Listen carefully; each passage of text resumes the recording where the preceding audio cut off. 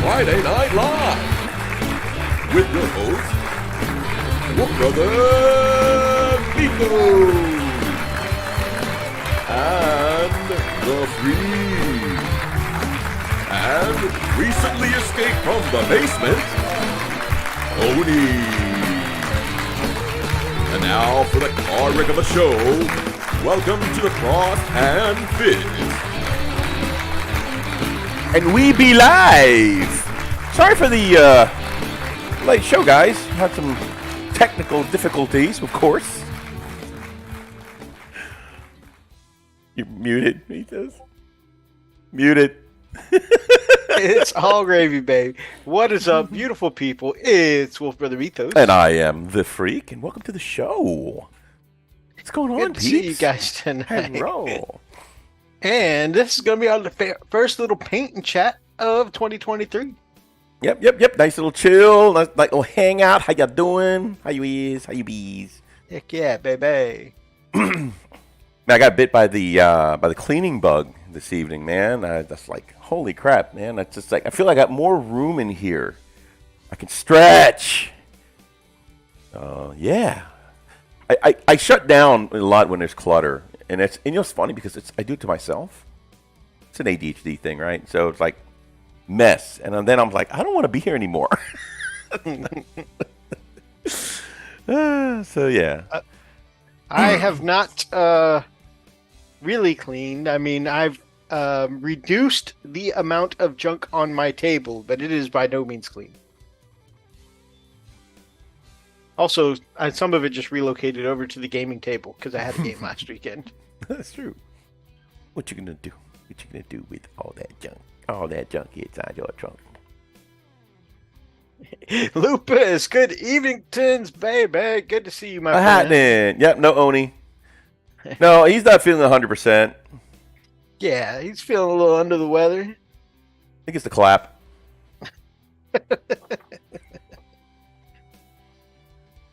He's been locked in this basement all the time. I don't know how he does it. Clap. I don't know how he does it.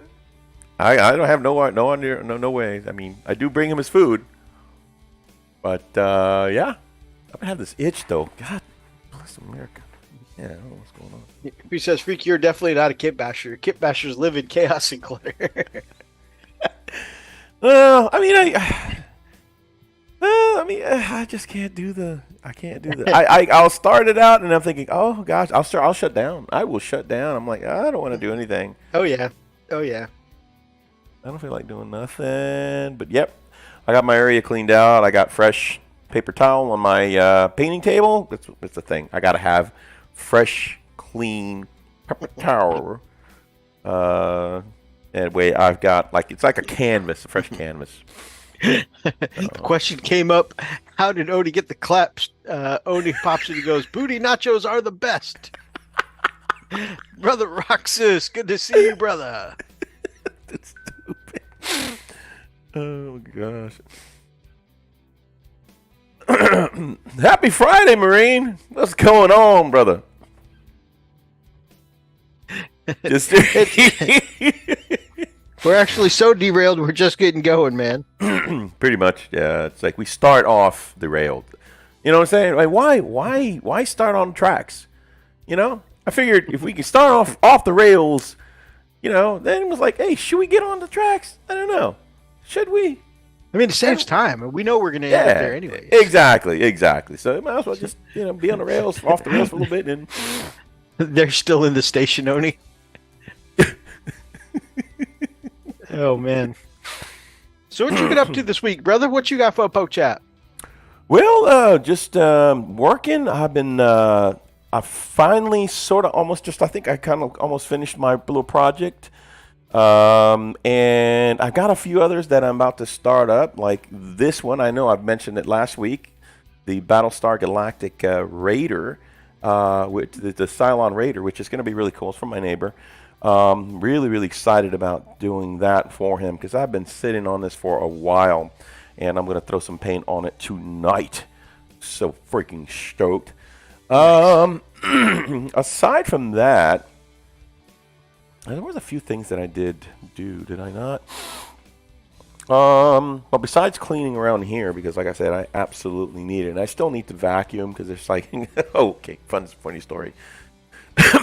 So I bought a new additional magazine for my airsoft rifle, for my M4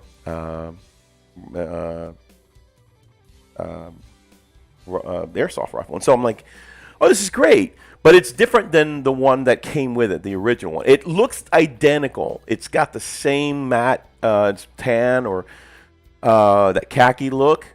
But the problem is, and it's I think it's better than the one that came with it, because the one that came with it, there's a dial underneath that kind of helps draw the BBs up onto the staging area before they shoot up into the chamber to get shot out, right?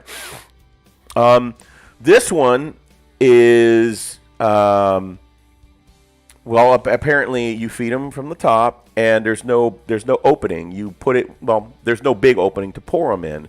You have to actually use the fast loader, and you're basically pushing down on a spring-loaded chamber. Well, I mean, I was pumping bunch of BBs. I'm like, yeah, this is cool. That means I don't have to worry about shaking it or, messing with the dial. I mean, this sucker's going to come out like crazy. All you need to do is it. And so I accidentally moved the speed loader too fast. And spring-loaded shot up. And I had BBs flying everywhere. So I've got BBs all over my floor. I'm like, damn, that sucks. Bonjour, Monsieur Estimation. What? What you said about my mama? Monsieur Estimation. He's joined us in the chat. He's up early. Yeah, what up with that, man? Don't you ever sleep? A stupid question. I was about to say, he doesn't sleep. I know. There's only painting. There's never sleeping. Never sleep. John Paul, a long time no see. Good Hello. evening. Bon Jovi to you too. Yeah. Hi. How the hell are you? What's going on, guys? Man. But yeah, so yeah, that happened. So I had a little issue. So, aside from that, I did jump on the drums this week. Got to play around a little bit on them. Yeah, that's pretty much. I think that's about it. I didn't get a whole lot done. Definitely, my main target was to finish this project, and I think I pretty much am done with that. I had to see. Here's the thing. The thing that was really going through my mind the entire week is like, okay, I really want to go ahead and take those pictures of my poor Leviathan looking up the whole time, and so I figured, you know what? I don't even have a place to put my light box.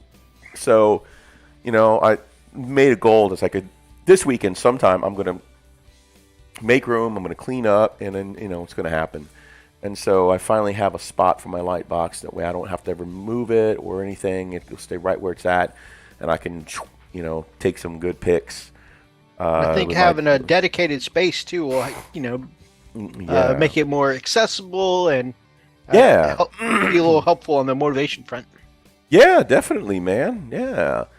Elstonation says, silly, stupid, bad dreams woke me up, so I thought I would chat with some painting and frost and fists. Well, I mean, is there such a thing? Do you get bad dreams? Oh, I get it. Those are daydreams because you don't really sleep, right? So you're kind of like just thinking down the distance, and you kind of just doze off, and then all of a sudden you had a bad waking dream that you were painting slow. Yeah, I can see how that's really scary for you, but don't you worry, man. Nothing has challenged you there, so you're good, pal. Yeah. Could you imagine what a bad dream for Elstonation must be like? Oh no! Oh, it's taking me 5 hours to paint. Oh, that was a terrible dream. All right. Well, I'm up now. Okay. Well, I guess I'll go watch a movie. That is curious. What does a god emperor of painting dream about? I'm telling you, man. Yeah. You were talking about, you mentioned your poor Levy, and Brother Oni says, "Help me, brother. My head is stuck looking up." I'm serious, and I've got a whole thing that I'm going to set up for the recording for that video. The funny thing is that actually the Mechanicum looked over your Brother Dread. You should name your Brother Dreadnought so we can talk about him. But your Brother Dreadnought, I know actually his name is I Spy. There you go. There's nothing wrong with him mechanically, but when he died with a massive crick in his neck.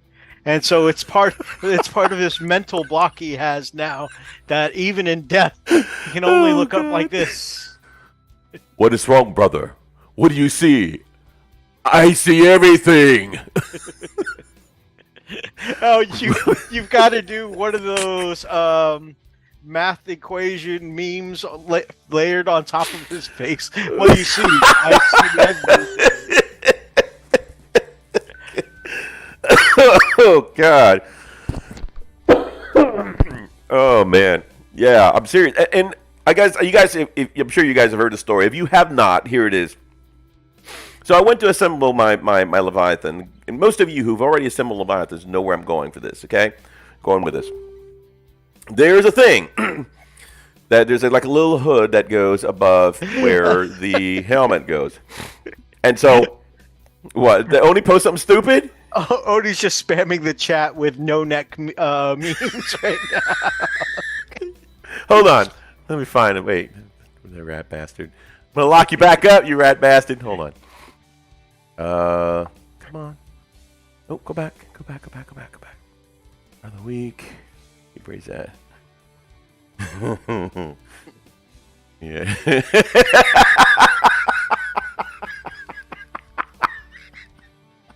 All right, guys, this is what Oni's posting. Oh, God. Superfly, what is up, my brother?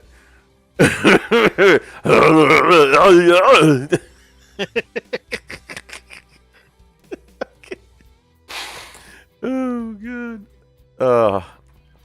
Anyway. Go back to story time. Anyway, so... Oh, God bless it. I forgot to turn that off. Mega intro. Shut it. Okay. So anyway, so that little... the little... I don't know, canopy hood, whatever thing that goes above where his helmet's supposed to go, his head, whatever. Well, I put that on first. Yeah. Because I wanted to assemble it. And then I was like, you know what, I'll paint the head last. Well, it was a big mistake. So the problem now was, okay, how I'm going to stick the stupid head inside the darn, cavity where his head's supposed to go. It didn't fit at all. I'm like, oh, this sucks, man. And like Methos was like, oh, it should fit. It'll be fine. No, I gotta file it down. I gotta grind it down. That thing will not fit. Man, I stood there just grinding it down, sanding it down, and still wouldn't. Finally, I got it down to just about the right height in order to be able to fit it. But I didn't want to grind it down from the chin back, like level. So I had to do it like that, and I was going to reposition it. The problem is that made a flat area diagonal to the head. So when I put him in and glued him in, he stuck like that. I'm like, oh my God, he looks so stupid. It's like, and yeah, he does look like Head and Shoulders, just no neck. so yeah, I'll post that silly crap thing.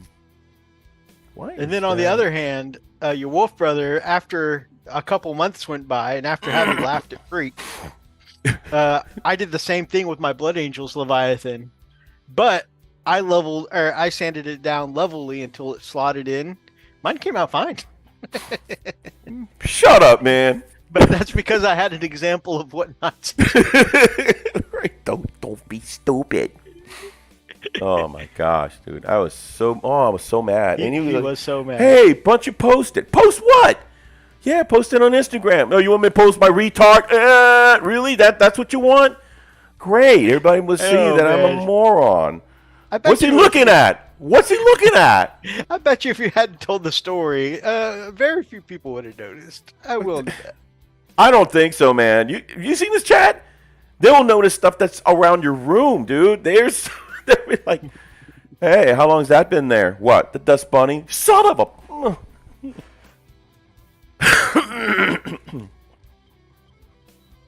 Yeah, man. It's one thing about the chat, dude. They're for reals. They're for real, not for play. Okay. So yeah, man. So that's what I got going on. Like I said, I want to go ahead and start taking those pics and put them in the. I'm gonna use the little turntable. Ooh, it's the first time I actually get to use it. So I get to use it on Head and Shoulders. Nice. That's his name. Brother Head and Shoulders. Brother Head and Shoulders. Brother H&S. Oh man, we got up to 940 now. We're down to 948. So always so close. Always. So I know. Close. It's like, hey, we like you. Oh, you suck. You play any games this weekend? I know we were going to play some Generation Zero, but I had a thing to go to. What did I play? You know something that I actually played last night? Brother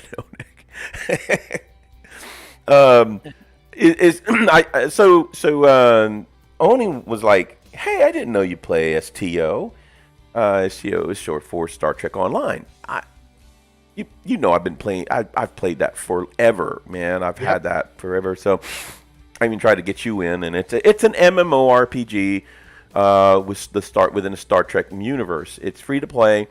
And you can pay for like additional ships and stuff, but it's a lot of fun. And the thing is, though, it's like I hadn't played it in a long time. It's one of those where it's just like in an MMO.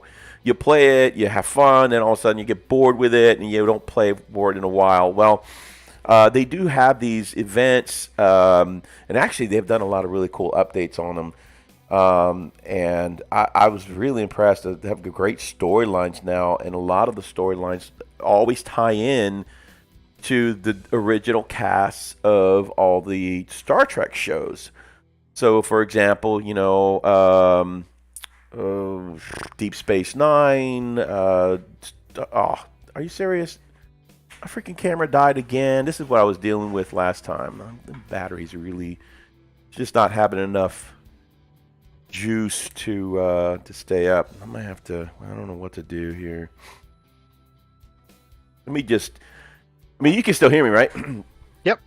All right, I'll just let it charge for a little bit. I think that's all it needs right now, and then I'll turn it back on because it's like, poor thing. Like I drained a fire out of it. I didn't realize I wasn't. So anyway, so the I wish I could put like a funny meme or something on that side. Did you did you drain it doing anything big? Well, I just maybe? No, I okay. I unplugged it and I forgot I left it unplugged, and I had used it. I'm trying to remember. I used it last week and I just hadn't plugged it in, so it hasn't charged. Oh, okay. So yeah, but I'm gonna have to get the bigger battery for that. And but yeah. So anyway, so going back to STO. So yeah, Oni was like, "Oh, I didn't know you play STO." I'm like, "Oh yeah, man, I haven't played in a while, but yeah, I enjoy that." And he goes, "Well, I'm gonna be playing with some friends." Like, yeah, that's cool. So I jumped on last night and I played some events, and it was actually enjoyable, really great. Like I said, it really references a lot of the characters from the original movie or original shows and Star Trek movies, right? So you start the original Star Trek Generation, Deep Space Nine. What was the other one with Captain Janeway? Janeway was... Gosh, what is that series? Voyager, yes. And even the newer ones, Star Trek, the ones that are wearing the blue jumpsuits and all that. Anyway, so it's really, really cool because and they always bring back some cameos, the actual actors actually. So it's really cool the original actors actually take part in the game, like Will Wheaton, the guy who plays Geordi. Yeah, it's just amazing. So they have a pretty cool cast. So it's a lot of fun, man. I mean, if you're into Star Trek, that's great. That's a really great game. A lot of fun. Will Wheaton. Wheaton. What? Wheaton. Will Wheaton. Wheaton. What? Will Wheaton. Anyway. Say cool. Cool. Say whip. Whip. Say cool whip. Cool whip. All right, let me see if it'll let me. Come on, be nice and stay on. All right, let's see. All right, I'm not sure how long it's going to stay on. Like it just fix the. Brother Oni says, Brother Nonik. Or Brother Nonik. Oh, cool. Nonik. Language that. No neck. Brother Greg, welcome to the chat. Hope you're well. Brother Greg got our package this week. Put up a little thank you video with a YouTube short showing off the Rabute Gilliman. Allegedly, we'll see. I'm not going to get excited about it till it happens, but allegedly, he won't be alone as the sole loyalist for too much longer. But again, I'm not going to hold my breath.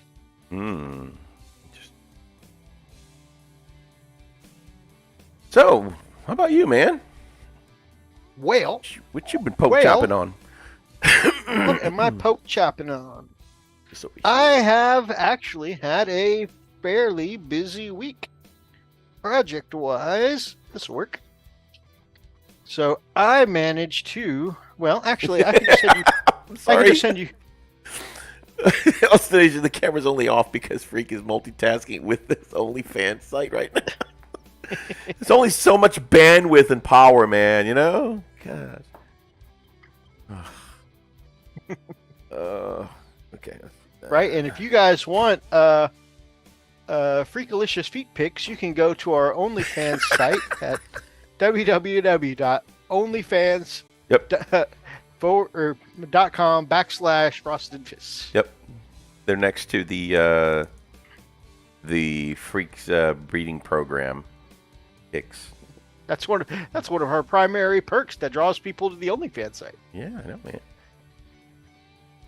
Like while you're here, you can adopt a freak puppy, I guess. Man, before you sent me tonight's thumbnail background to use as tonight's thumbnail, Yeah. I was trying to mess with a calendar and put the freak breeding program pictures on as the camera pic for the freak breeding like a freak breeding program calendar. Right. But man, I was just having so much trouble with it tonight. It's all good, man. Okay, so I have gotten quite a bit done this week. Very nice. All that I finished up 1, 2, 3, 4, 5, 6, 7, 8, 9 models and a heavy weapons team. So, I mean, you've been busy. yeah. And I've got 7 more that are about 80% done right now. I'm putting a couple of washes on them right now. And I've got some close-ups of my kitty girl squad I'm about to send right now. But yeah, I've got a whole kitty girl command squad, the felinids, done. And so the whole command squad done into cat girl theme. Very nice. Take a look I love at it, and yes, I spam the internet with you guys in a good way. Thank you so much, brother. We really appreciate that.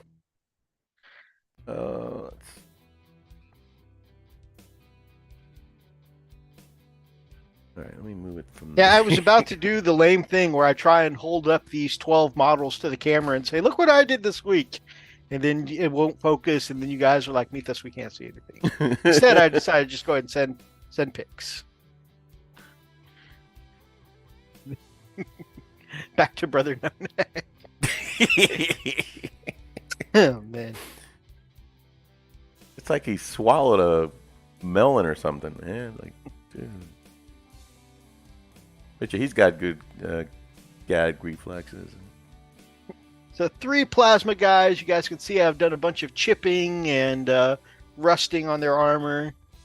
3 grenade launcher guys. Even though grenade launchers aren't considered very good right now, I had to paint up at least a few of them for my army because they look cool. Yeah. And I mean, not to put salt in the wound, but because Armor of Contempt now is gone, I mean, they are a little better than they were before.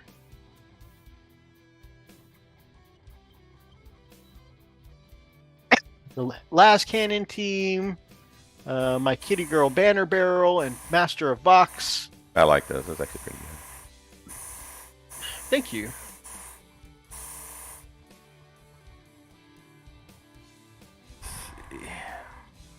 So slowly working, like these I think came out better than the first one I did, when I first did the Commander Kitty, when I first got them. These came out a little better. I think I'm slowly getting, finding the way I want to paint their skin. I've started doing something, I've tried a few different recipes I've seen on, but something I started doing to help give their skin a little more of that soft female tone that I saw a tip for online was I started mixing light pinks into some of their skin tone. So like I base coat in Bugman's Glow, and then my next step, instead of going straight to Cadian Flesh Tone, is I'll mix in a little light pink to the Bugman's Glow, and then when I go to Cadian Flesh Tone, I'll paint it as Cadian Flesh Tone, and then I'll highlight it with Cadian Flesh Tone with a little pink mixed in, and it helps kind of give it that softer kind of like blushed look a little bit. So it seems to be helping. It definitely seems like the skin is coming out better and less stark than when I first did the officer. The only thing is that, the officer being the leader of the group, but she was the first one I got.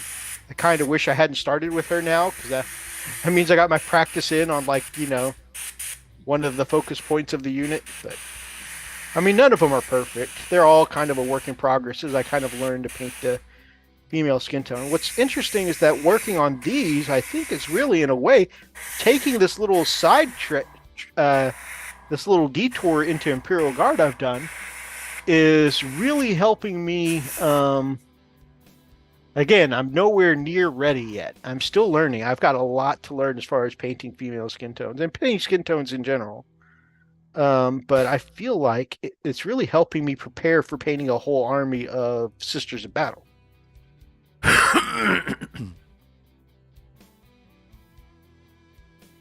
Very nice. Thank you. Again, not my best work, but skin's never been my forte. Right. So, come on.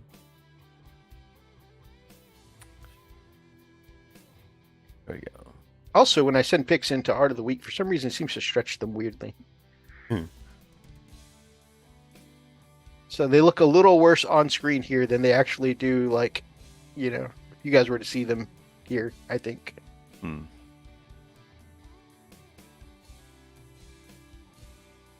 So I took the time to clean my brush. I haven't cleaned the inside of the nozzle in a long time. And oh man, it's I think a whole brand new brush. Really cool. I think you'd be proud of me. I had one slip up, after a paint and chat one night, where I used it for a wash and then didn't put it, dunk it until the next morning.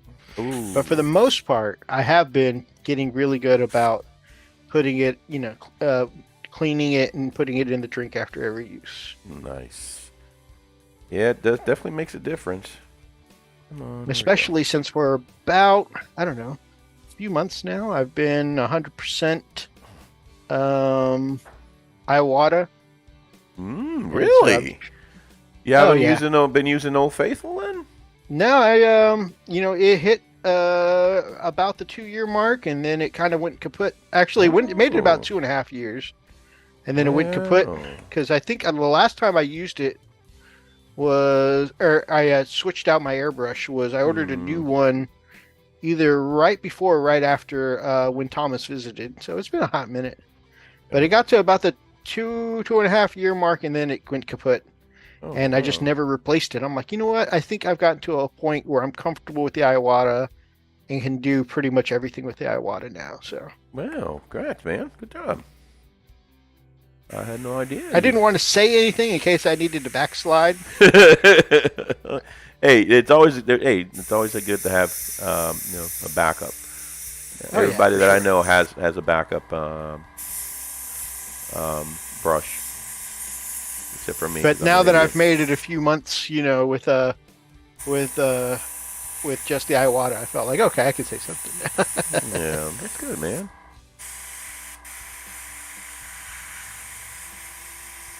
Good stuff. So I'm kind of painting the canopy. Thank you, airbrushing the canopy here, so. You're brushing a canopy, huh? A canopy to what? To the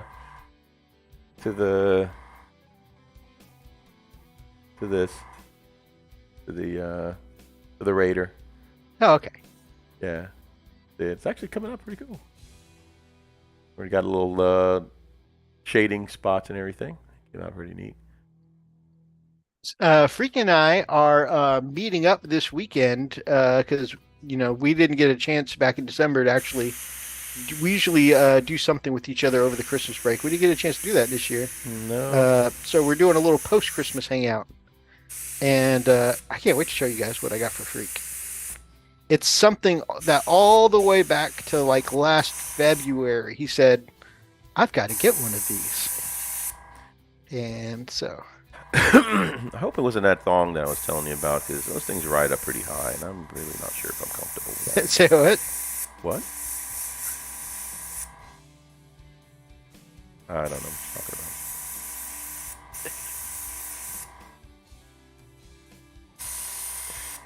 Going to go pick up our little actress. Cool. She had another performance tonight? Huh? She had another performance tonight? Oh yeah, she got one tonight, one last night, of course, and then 2 tomorrow. Ooh, busy girl.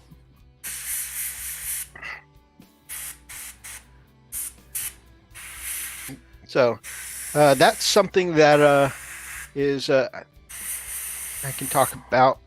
My daughter, the high schooler,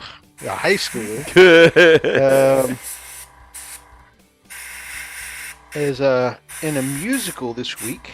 She's been practicing for it since early November, and it's called Seussical, a Dr. Seuss musical.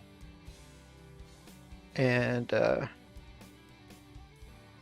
one of the people that ended up with the rights to the Dr. Seuss collection after the original author's passing took the materials and basically put it into musical form. And it's become a play that my daughter took place in. And so one of those that is a script that goes around. Lots of places put on this performance, but they've been practicing it since either early November or late October, and man, they really nailed it. They did such a good job. In fact, I was telling my wife, I actually had a better time going to that than most of the movies that we went to the theater to see last year. Wow. Like, as far as I'm not saying quality wise, it's a Hollywood production. I'm just saying yeah. I mean, they're high school kids. Yeah. Yeah. Enjoyment wise, though, I mean, yeah, it was legit, really good.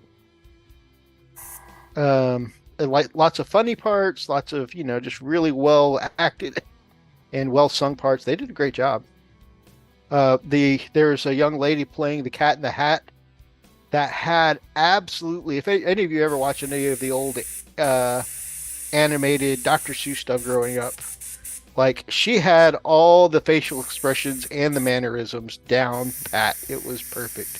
That's awesome. Like she really kind of took me back to childhood the way she nailed that Cat in the Hat. It was awesome.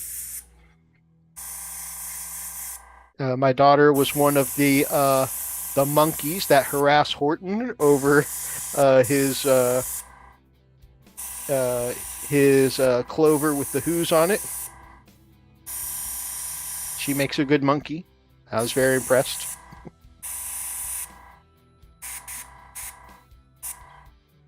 They did a good job. I really enjoyed it. It was fun. Awesome. So I mentioned I got 7 Melt-A-Gun guys. So Freak, be ready. I'm spamming my army full of Melt-A-Gun guys. They're going to come hit you with the big D6 dammies. Oh, great.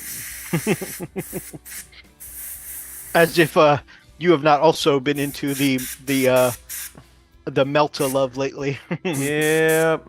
Melta's just so good. Has to, man. You gotta do it. Okay. I gotta get me some eradication. Actually, I think I have eradication for my ultras. Huh. This matte varnish and this ethermatic blue are actually pretty tasty, kind of creamy. Oh my gosh.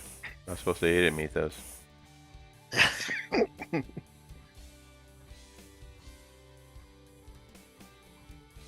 All right. So I got so far. Oh, you can do it now. There we go. 10. I have to do the stripes for the. Let me see if I can actually bring it in closer. The other way. There we go. You think, guys? You know, pass the muster.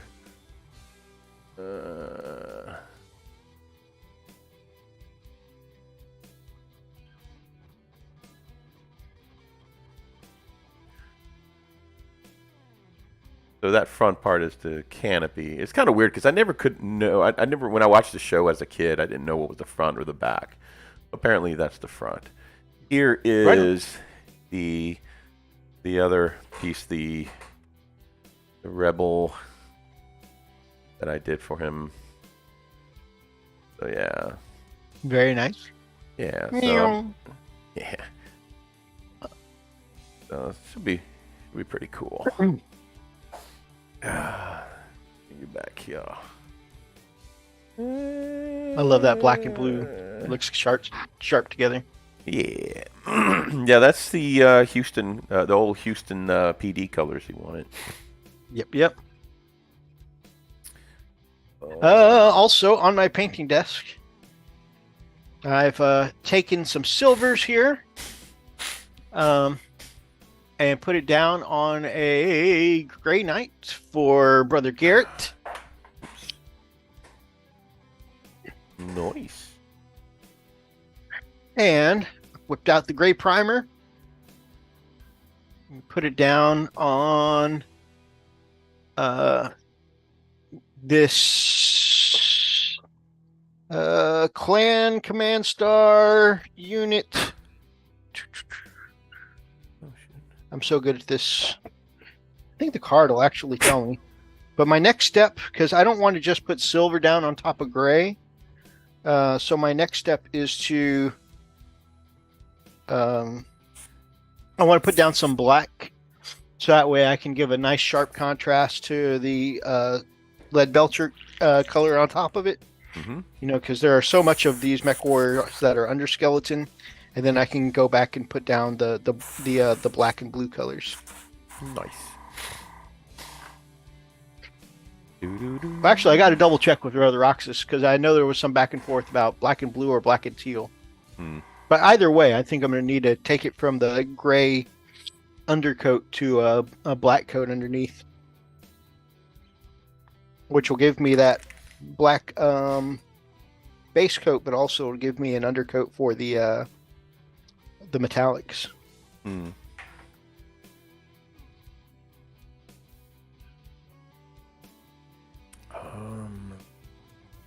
Speaking of metallics.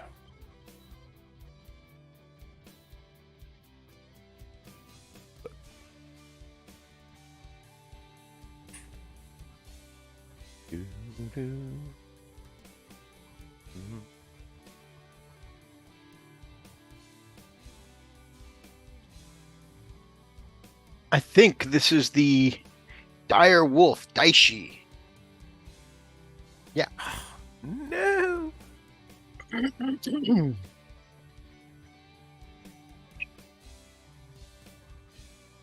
So yeah, I've been chipping away, making sure to get these on my desk this week because I would like to have this painted up for Brother Garrett and this painted up for Brother Roxas before I see them next Sunday. We're having a group dinner together. Nice. Kind of the same thing we're doing. We had to put off our Christmas, and so this will be our chance to go back and get in a late Christmas. Yeah, I felt like this Christmas was a little more hectic. We felt the same way. A little busier. Yeah.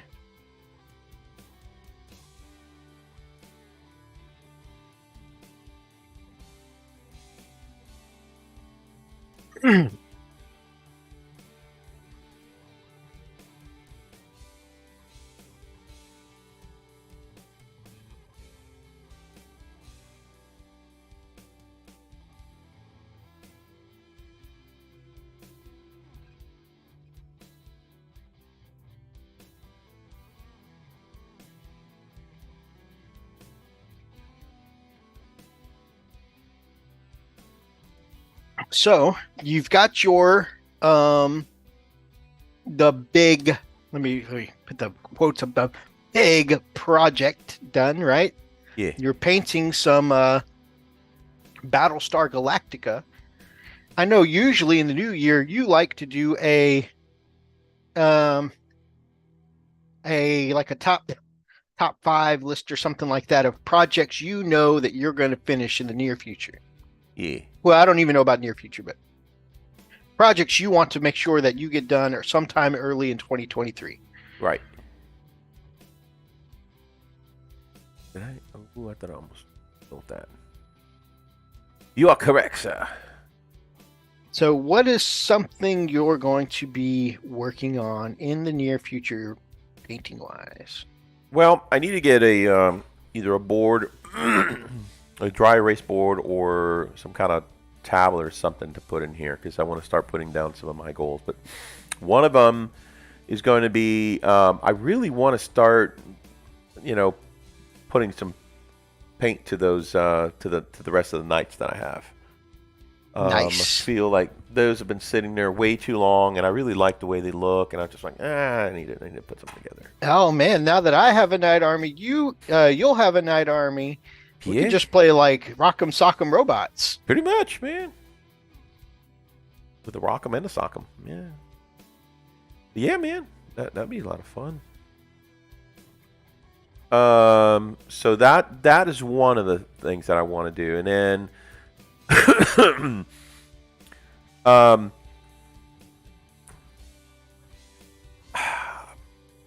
I want to be able to do both the orcs and some of my Horus Heresy stuff, because I really would like to learn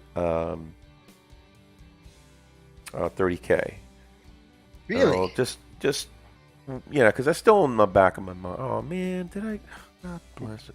That's good to hear, because to be honest with you, I was starting to lose some of my hype for it. I was like, man, should I just go ahead and convert these up for 40K? But now that hearing you're back on the hype train, I think that'll put me back on the hype train. Yeah, man. I mean, I'm planning on modeling mine in such a way that they'll pull double duty anyways, but still. Right. Oh my God, this happens. Please tell me I didn't take the. Okay. So I have some for the stuff that I can clean my brushes. You know, when I'm done, there's some kind of like pine sol.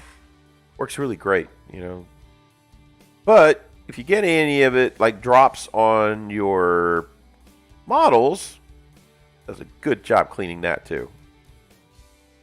Oops. So yeah.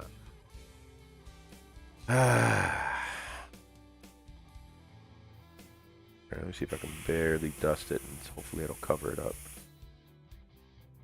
It's so obvious. Actually, I could go back with white. And just kind of.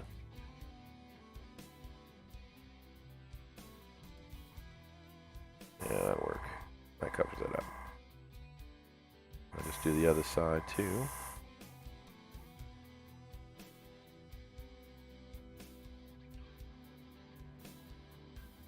Perfect. Nicely covered.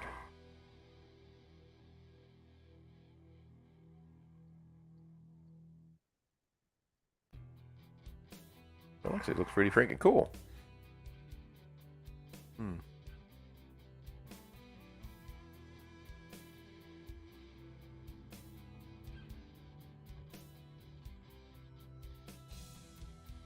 Damn.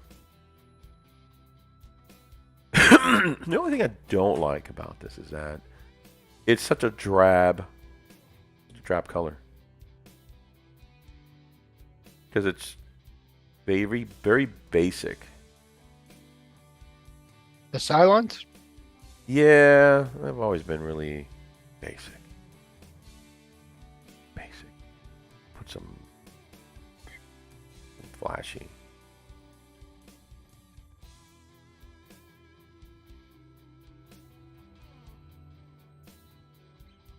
Oh.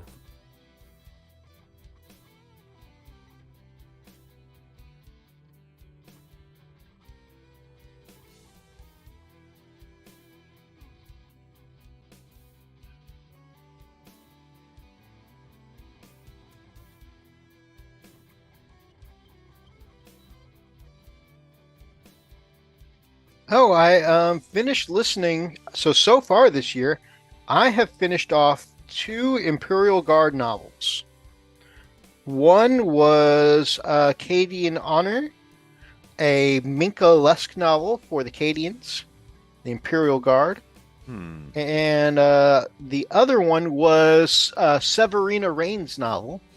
Well, one of her novels, apparently. And this one was called Honor Bound. Apparently, there's a set of short stories that goes with that, though, that I need to read. But the only one on Honorable is Honor Bound. So I finished Honor Bound today and really enjoyed it. That was really good.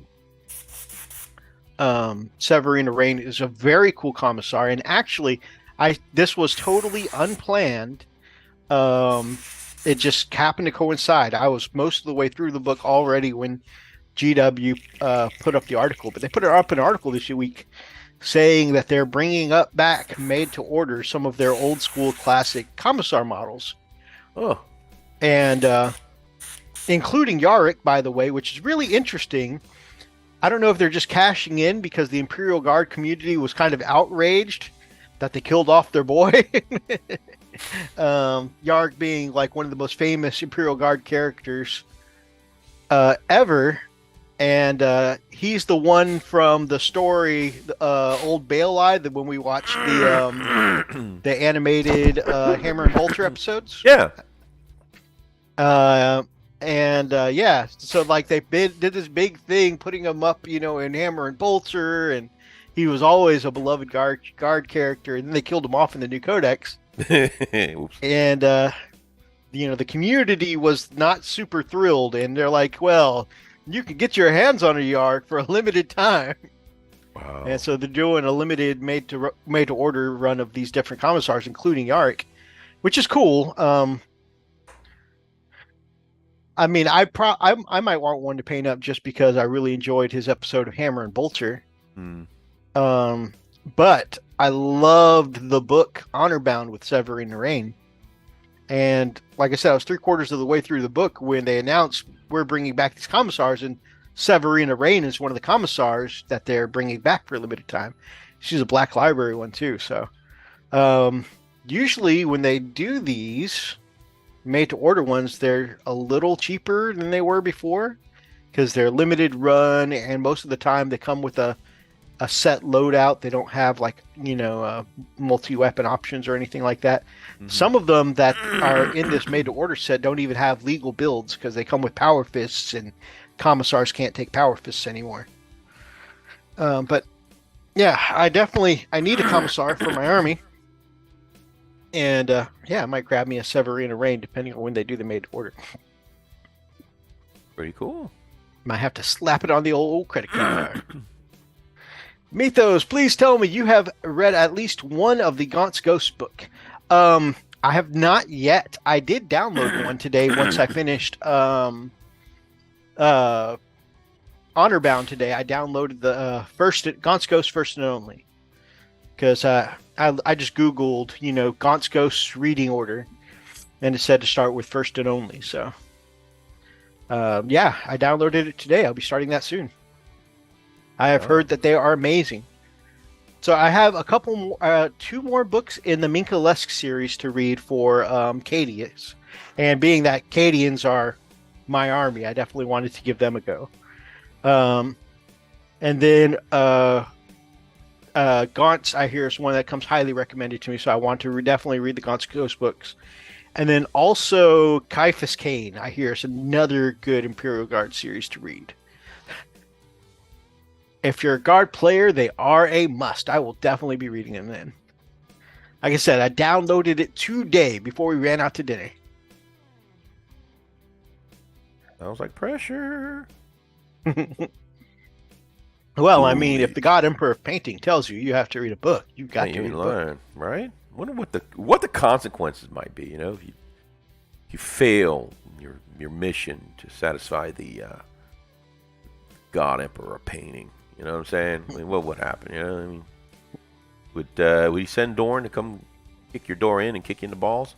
Just saying. Ray, if someone asks you if you're a god, you say yes.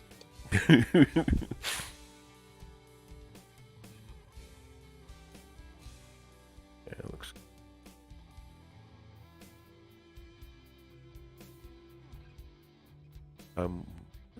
Is that color? Let's see. Boldus. I don't know what the front looks like. 40K. I need some picture references here for Boldus. Pictures.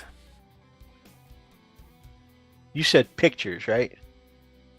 Yeah, that's what I said. Sure. Okay. For some reason, I heard bitches. I need a reference for bitches.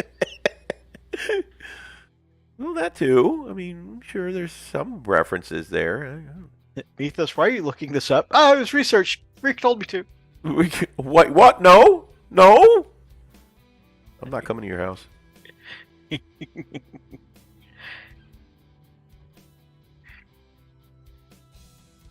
don't want to have that conversation.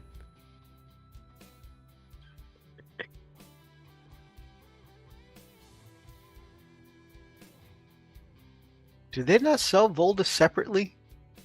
I gotta say, I've gotten spoiled because the Games Workshop website, when I need a reference picture, has the 360 spinning pictures usually, and I find those so helpful when I need a reference picture.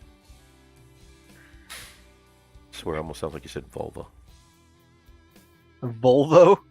Vulva. Grandmaster Volvo.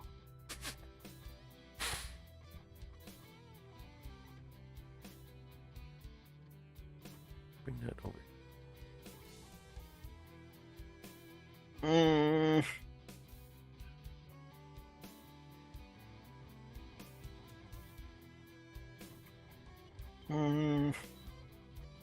Don't want to do that.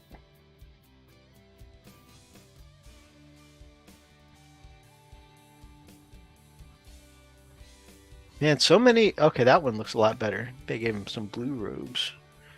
So many people are giving him... The clap? The clap. No. Cream-colored or white-colored robes.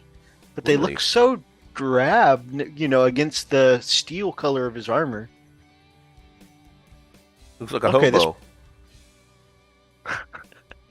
Now this person went with red robes. That looks pretty good. You say it makes him look like a hobo. That's what it looks like. What it sounds like. Grandmaster Hobo. Put him next to No Neck. I see. The Games Workshop art also has him in the cream-colored robes, but Cream. they look so Creamy. plain next to the steel color of his armor.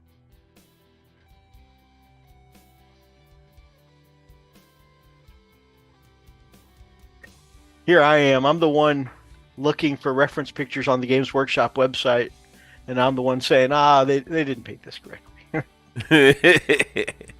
They didn't paint it in a way that I would, because their painters are better than me, but I prefer more pop and contrast. And I think the cream-colored robes against the steel colors just a waste of contrast opportunity. I like how Mike Methos does the cover up. Yeah, I did not paint it to my expectation. Have I You mentioned see- how professional Freak's background looks? It does. It looks amazing. I can see Methos. Methos has the arrow. CW, you have failed this city. You have failed this city. And if I were to go all arrow on them, it definitely would be over the 3-to-1 evil Primarchs. Yeah. Who is this guy? I don't know, but he's got that bow and arrow. Hey, buddy, can you get down off the table, please? Not supposed to be Oh, up man. there. So, the guys always laugh at me when we go to Ren Fair. Because Cloud and I are both pretty good when it comes to throwing knives and throwing stars. Both of us are pretty good. Like, we usually get, tickets when we go to the booths for throwing knives, throwing stars. Throwing axes, both of us can be a little hit or miss with. Daz does really good with throwing axes at Ren Fair. But when we go to the archery range, Cloud, of course, my brother, makes me sick. Cloud is my brother who, it doesn't matter what the subject is.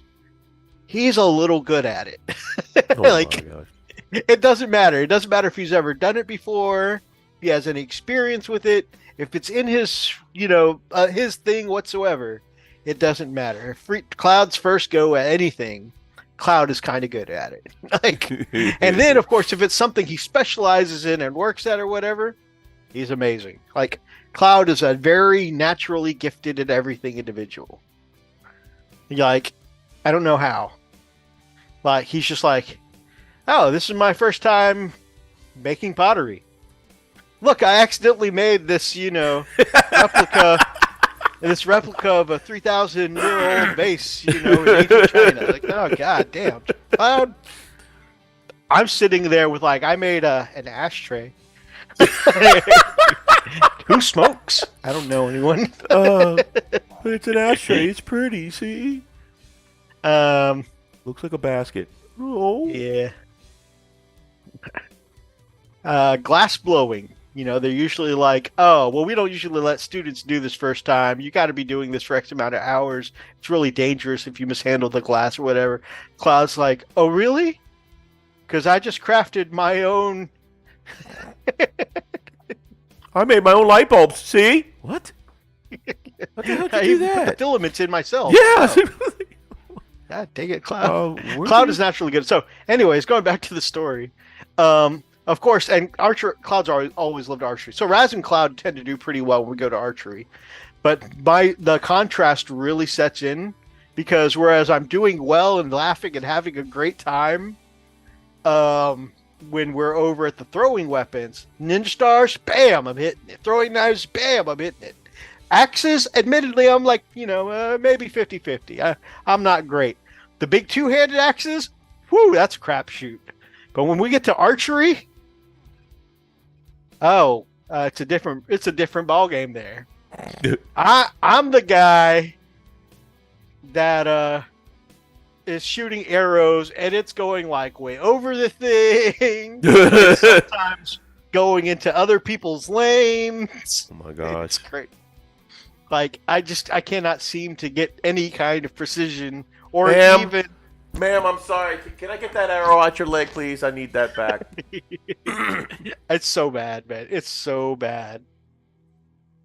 I got one stuck in their ceiling before of their shed. Oh no! Because like it's a big thing, and towards the back of it, kind of like at a gun range, where it starts off kind of a lower ceiling because it tapers down, and then the closer it gets to the opening where you shoot, it kind of like tapers up, you know. And yeah, so I've gotten one somehow. It ricocheted off of one of the haystacks up, and just went. And they tugged at it a while and ended up leaving it there. Oh no! And they're like, "I'm sorry, I'm gonna go. I'm gonna go over here now." And the guy's like, "I think you're done, buddy." I'm like, "Yes, sir. Yes, sir." Oh man. So yeah. Come to think of it, you know, maybe I'm not the right person to tell people that they failed this city. Hey, you don't have to be, you know, right person. I mean, come on. Just get up there, man. Get on that table, bro. JW,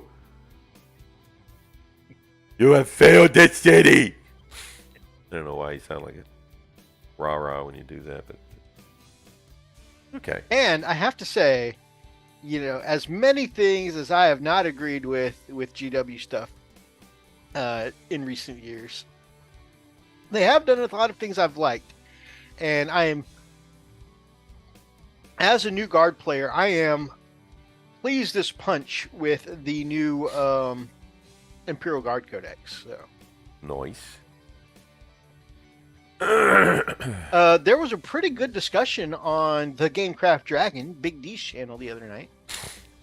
He was chatting with Commodore about what what would it take, because there's a rumor of Space Marines 2.0 coming sometime in the near future. And that's kind of like the last time we had a 2.0 was when they did the separate release codexes. You know, for like, Imperial Fist got their own codex, Ultramarines, White Scars, Salamanders, all got their own codexes, you know? Mm. And it was a good time. In fact, I dare say that has been your biggest complaint, is that you wish they would bring that back, right? Yeah. And, of course, Dee's thoughts were, they're thinking, because of the way Imperial Guard, they've kind of consolidated all their different regiments, which is like their chapters, into one now, where it's like you take an army, and then there are specific units now to if you want to take these are Acadians, if you want to take this unit, these are whatever. So he's thinking that the 2.0 codex, might be an all-in-one codex again. That'd be interesting. I don't know either. It doesn't matter to me either way, but just because I know how much it meant to you, I really hope that they do, give each chapter their own love again. Because it definitely, I think, added a nice little bit of spice and flavor, Right. And so, anyways, that got him and Commodore talking about what would it take to fix Imperial Fists, and of course, I agree. D said, honestly, like, their chapter tactic is okay, but what they really need is is to fix their super doctrine that would make people want to take it over some of the other chapters, Right. And I agree, because their super, like, Iron Hands is one that, whether or not you like Iron Hands, anybody can use well. It's buff to your heavy weapons in the Devastator Doctrine. Massive. It's like, I think it's, you can move and shoot heavy weapons without penalty, Right. Which is massive. Because heavy weapons, of course, always have that drawback. And then, of course, makes your infantry that much tougher. Heck, it honestly gives you a reason to actually use more things that can take heavy weapons. So even your basic infantry squad gets better. Your tactical squad gets better because they can bring in heavy weapons. Right. And on top, and like the Imperial Fist one, I agree. I mean, +1 to damage vehicles and buildings in the Devastator Doctrine if you're using a bolt weapon. I mean, yeah, you've done really well with that as far as making bolters turn 1 very good. Being able to get damage 3 heavy bolters is pretty good. But I mean, what if being the Siege Masters, I feel like Imperial Fist, even though they're bolter specialists, as far as Devastator Doctrine goes, I really feel like they could afford to have that applied to all of their heavy weapons. Could you imagine D6+1 on Las Cannon? You never have to worry about what if I roll 1 for damage? It's going to feel bad. Right. No, you always have at least minimum 2, Yeah. I feel like if they had that would be better. Also, I feel like I really wish they'd bring back their Siegebreaker cohort stratagem, where they used to be able to do mortal wounds if they did a 6 to wound. Right. Because I understand why they took it away. Sure, with the number of bolter shots you guys can put out, sure, it was OP at one time. But if you look at like AdMech and some other factions like that, including the new Guard Codex, they just said, okay, you can never do more than 6 wounds with the stratagem. That is a very simple and I think fair balance. Instead of just saying, okay, well, the stratagem's gone now, Right. I think they should bring that back for sure. Well, I've given up, just hoping. And I think I'm pretty much where everybody's at. You're at the total mercy of GW when it comes to what they pull out. I mean, there are occasions that they do hear and listen to the community, but for the most part, they're going to listen to the wallet. So to that top margin and to their investors. So, well, I mean, the tournament scene has had the competitive scene has had an impact on them before. So it is possible that the players could have some say at some point in the future, but who knows? Who knows? But I'm just saying, if you could have your wish list, what would you pick to fix Imperial Fist? I think, because it's funny, because you and I were just kind of talking about this a few weeks ago, and hearing Dee's thoughts on it was, kind of cool. And of course, I just mentioned my thoughts on it. What if you could make your own wish list? What would you do to fix Imperial Fist? I don't know. I mean, I definitely would like them to get their own codex, at least their supplement, kind of like we had in 8th. I thought that was pretty cool. I mean, it is cool, but functionally, like, what would you want in the codex? What specific stratagems? I don't know. I mean, stratagems that would definitely enhance the bolters, that would enhance meltas, that would enhance, kind of like, I don't know, just something unique to the Imperial Fist instead of it being similar to just about every vanilla, Marine. Okay. So it really doesn't matter what exactly it is. I mean, and I don't want it to be cheesy. I don't want to be that guy. I just want it to be fun, but I want it to be unique for the Imperial Fists. So as long as I can do that, then I don't care what it is. It's just something signature. Like Space Wolves have their own signature stuff. And I like that. I think that's attractive. That's what a lot of people really. Oh, dang it! Friggin' thing died again. Oh, my poor camera. Okay, we'll just let it. It just can't handle that much sexy. Zane jinxed it. Have I mentioned how professional Freak's background looks? Click. Oh no. But hey, thanks anyway, Zane. I appreciate it, brother. So yeah, I'm using a DSLR and I forgot to charge it. I left it discharged, so it's just I charge it for a little bit and it just dies. And unfortunately, it's like so dead. I've got a charger on it, but it's just not enough. So just gotta let it take the boost. But anyway, but yeah, I don't know. I mean, I like to see something specific and unique for the Imperial Fist. Back So to would the you say- OnlyFans. So would you say that your complaint is less functional and more fluffy, less competitive? You just want to be able to have special stuff, or do you specifically? Is there anything that you want that makes it good? Well, okay. I definitely don't want it to be not good. You know, I don't want to be, you know, so crappy that it doesn't even rank. That needs to be fixed. What exactly? I couldn't tell you. I don't know. I don't watch enough battle reports to be able to make a, you know, uniform decision on that, or Right on. you know, it's just I honestly don't know. But if anything, I'd like it to be at least, you know, give enough stratagems or something uniquely Imperial Fist to make it, you know, comparable to some of the not, it doesn't even have to be compared to Voton or Tau, but you know, make it survivability. You're just tired of sharing your room with your brothers and sisters. Yeah, man, screw that noise. Get out. I'm a big boy. Hell, I've been taking care of Tara for all this time, and y'all go out and do all this, and we clean toilets. What the hell? You know? I got you. So, but yeah, I mean, like I said, I'm past the saltiness. I'm past, you know, the whole, you know, GW screwed us, you know, but I don't care. I'm at the point where, you know what, I'm just going to play, whether win, lose, draw. You know, and that's the thing. I definitely want some stuff to actually make it fun. You know, right on. Again, and that's what I'm saying is that where it's unique. Because here's the thing. Okay, think about your wolves, right?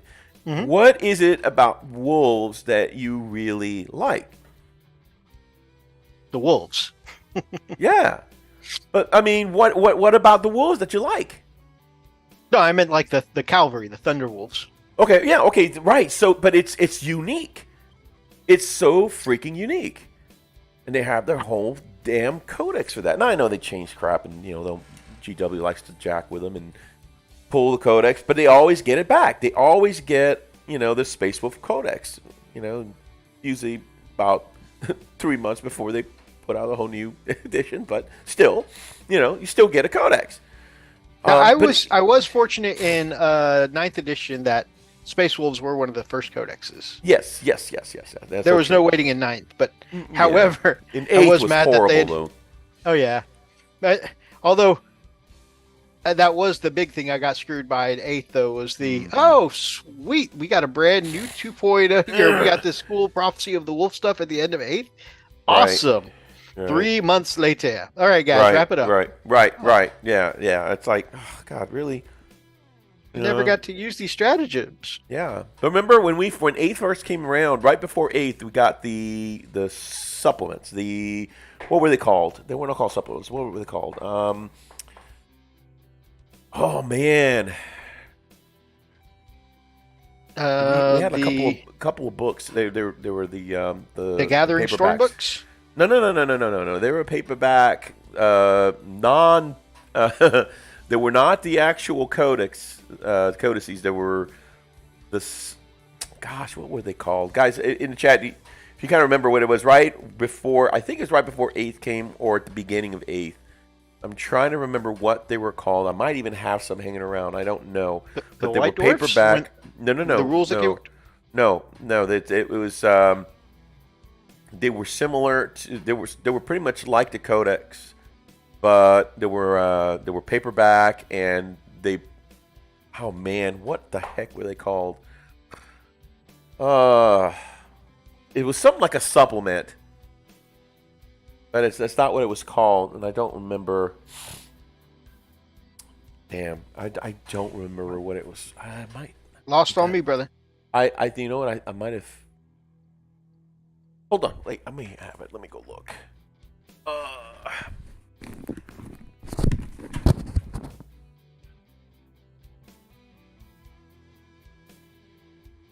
By the way, I'm using one of Kenny Boucher's Ancient Chinese Secret on these guard.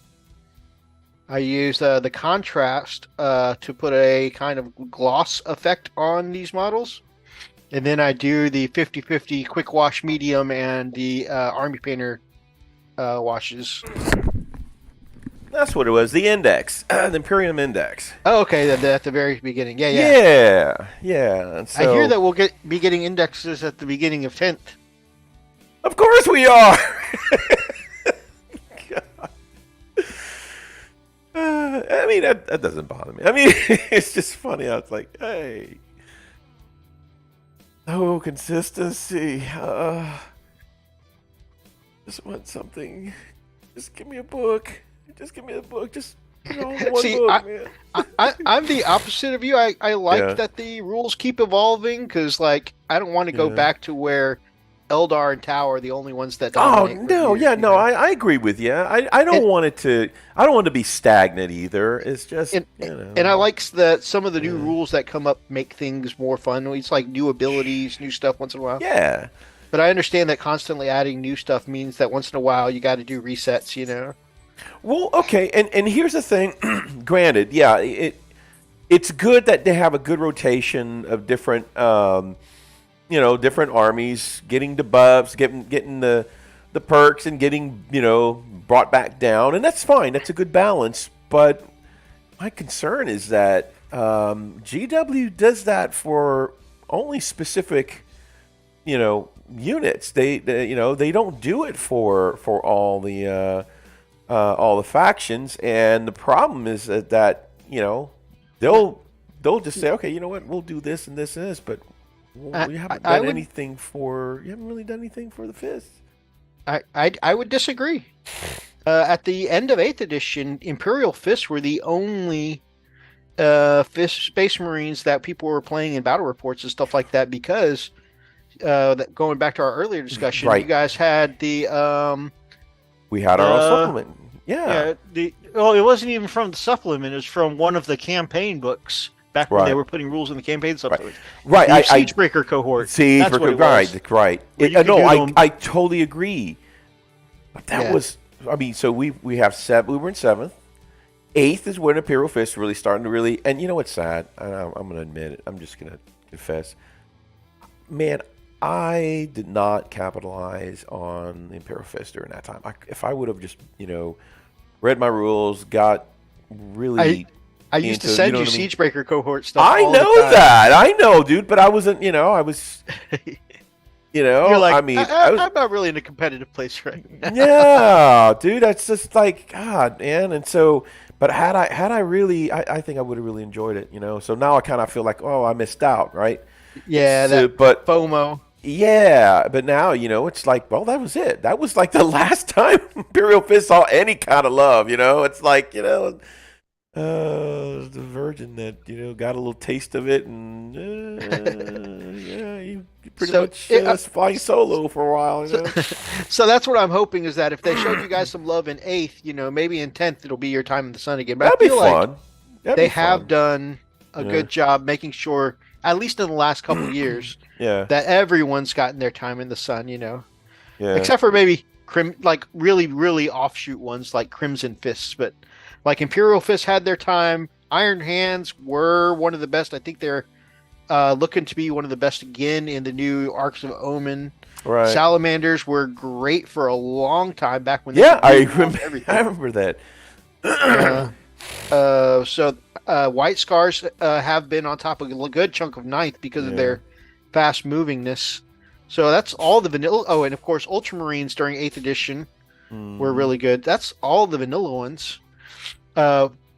Non-vanilla, there was a briefly, and I mean briefly, a time that Death Watch were really good before they nerfed the crap out of their special weapons. Yeah. Blood Angels and Space Wolves, both being melee armies, have had a good time, especially in 9th. Right now, Blood Angel Sanguinary Guard are still one of the all-time best units in 40k. Right. And Dark Angels, especially 8th edition, but even some in 9th.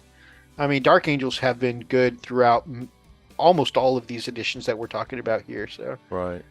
all the Marines have basically gotten some pretty good treatment. Like in the last, if you include, 8th and ninth together, and I think the way the rule sets have been, ninth has to me kind of felt like an extension of 8th. As much as I resisted it at first, the rules have been similar enough, I think, to feel like a bit of an extension. Oh yeah, I really think there was no real major change. What I liked about ninth is that they brought in where you have the objectives, right? Different what do you call it? Different mission types based on the board. But more size consistent because they're almost always hold 1, hold 2. Yeah, exactly. So, and I like that because it was more structured, I think. Yeah. And you had certain missions that you could play. And I kind of like that. I'll be honest with you. I kind of liked it a little more than I did the objective cards. I could definitely see that when we went back and played the 7th edition. And man, screw those damn objective cards, man. You were like, I hate this shit so much. And I'm like, well, I kept drawing the crap. Like, what? Rub your puppy's back with the... What is this? Who gave me these damn cards? Who shuffled? What's funny is I don't think we shared this with you guys. I shuffled both decks, and then I handed him over one of the decks, and I said, "Okay, here's your deck. Give it a shuffle." And you were like, "Why? You just shuffled it." And I said, "Because if you draw bad cards, I don't want none of your shit. Okay, I want you to be the one to shuffle these cards."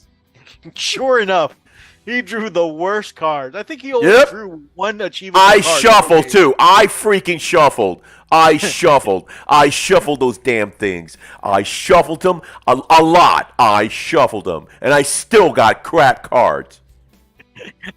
But that's why. That's why. 'Cause I knew. I know you didn't want to be like, I don't want to hear it. I don't want to hear it. Damn it, I've got to hear it. God dang it. I knew what would come up with. Like, what kind of cards did you freaking give me? You shuffled this shit. Oh man, I knew. No. But see, the thing is, I know I wouldn't have blamed you because it's like, this might as well happen with me. This is equivalent of me getting tased. Right in the ball sack. So yeah.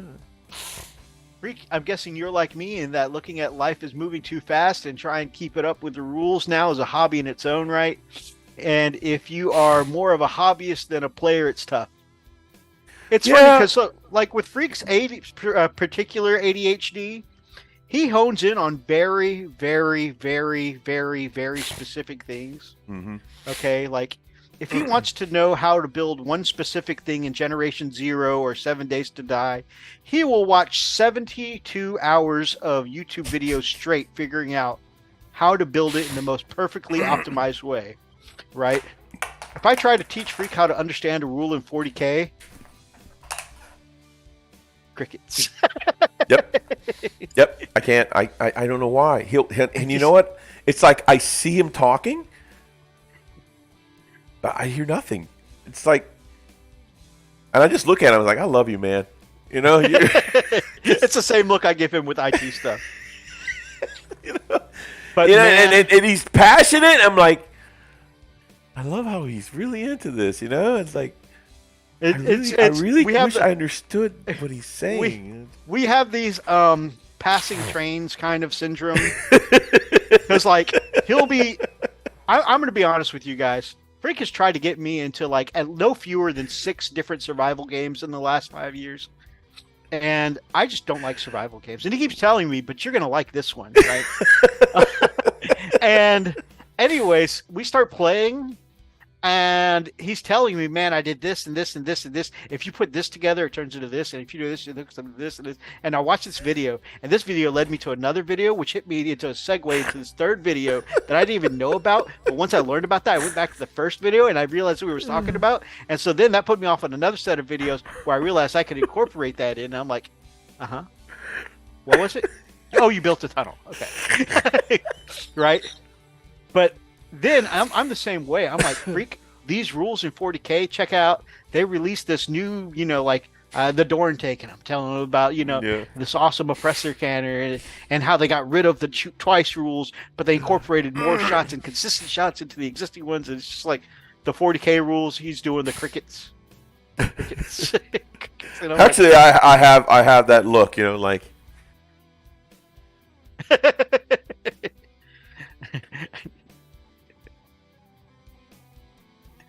So, Freak, these new terrain rules are coming out, and we're going to need to work on this when we play. Okay, so if you're in cover, you're going to get this and this and this, but if you're out of cover, but if you're within 3 inches of the cover. And then I do the. Yeah. So because this guy has the ADD God, thing I going. have no idea what he just said. So I need to this say guy- something. I need to say something quick, something that says that's relatable. So you think that might work? So because we have this passing trains between my ADD and his ADHD, right? Then this guy comes back at me 3 years later and says, "So I was watching this guide on YouTube, and I think this guy really is onto something when he put his Primaris Lieutenant and his Captain next to his Devastator squad." And I was like, Dang it. yeah. I go back to screenshots I've been sending him, like, man, maybe you should consider this. He gets so mad. I mean, it's like, I've been telling you this for 2 freaking years. 2 freaking years. I've been telling him, like, why are you yelling at me? He's like, I've been telling you this. And Oni does the same thing. Dude. I seriously been about a video game, you know, dude. I've been telling you about that game for like what 8 months now. No, you haven't been telling me about that. Yeah, I even said it. Go back, and he'll challenge me. Go back, and we said it on the show. Go back and watch that video. Like, you're full of crap, and I'll go secretly watch it. I'm like, oh shit, he sure did. Oh. Hashtag false news mythos.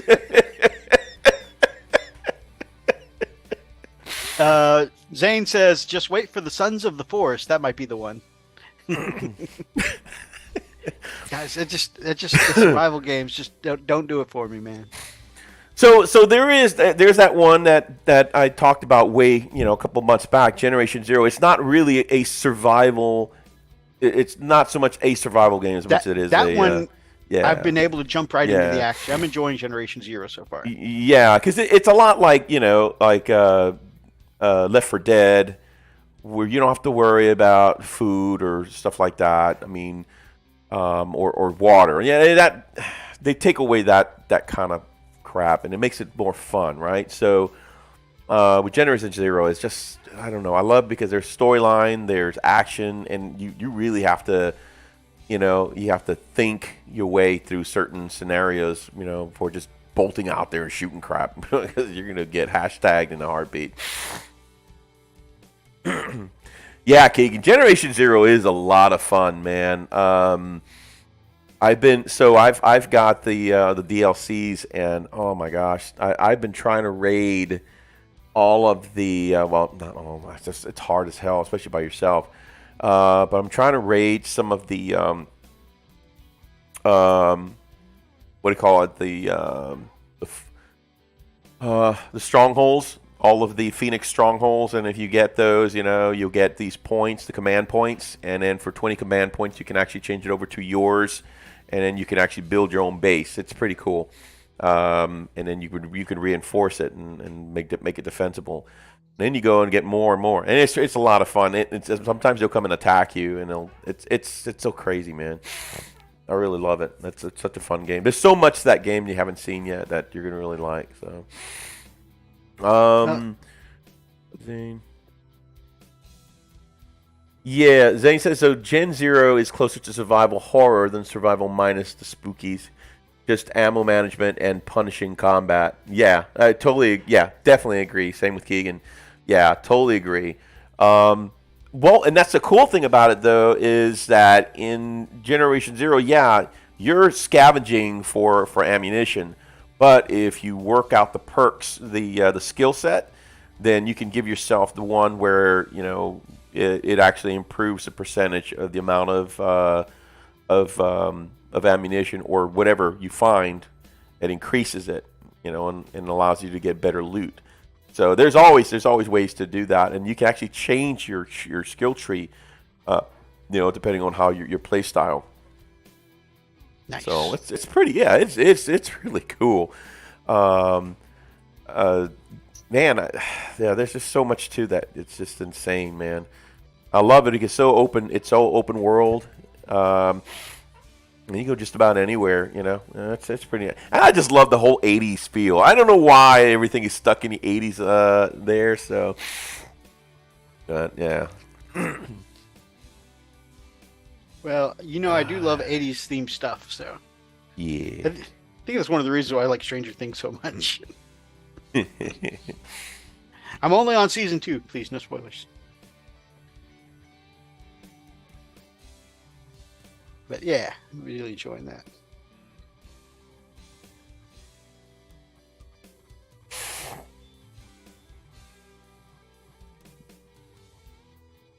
But yeah, that's exactly how we've got like passing trains ADD, or mine is ADD, his is ADHD. But it's like a similar effect. We both kind of like hone in our own little, hyper focus bits, and we kind of like exclude the rest.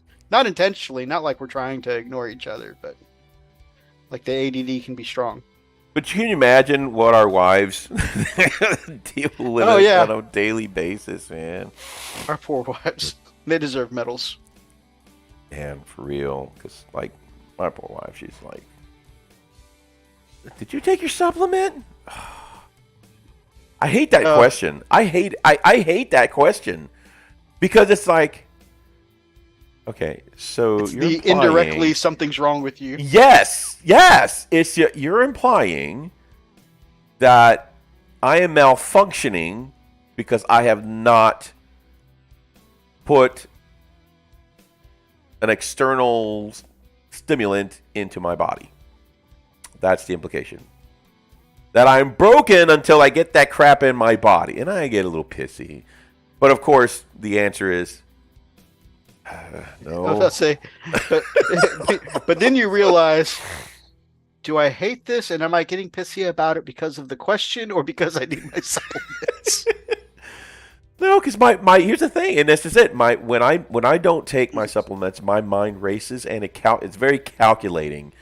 So there's times when I can be very quick and just crap will come out.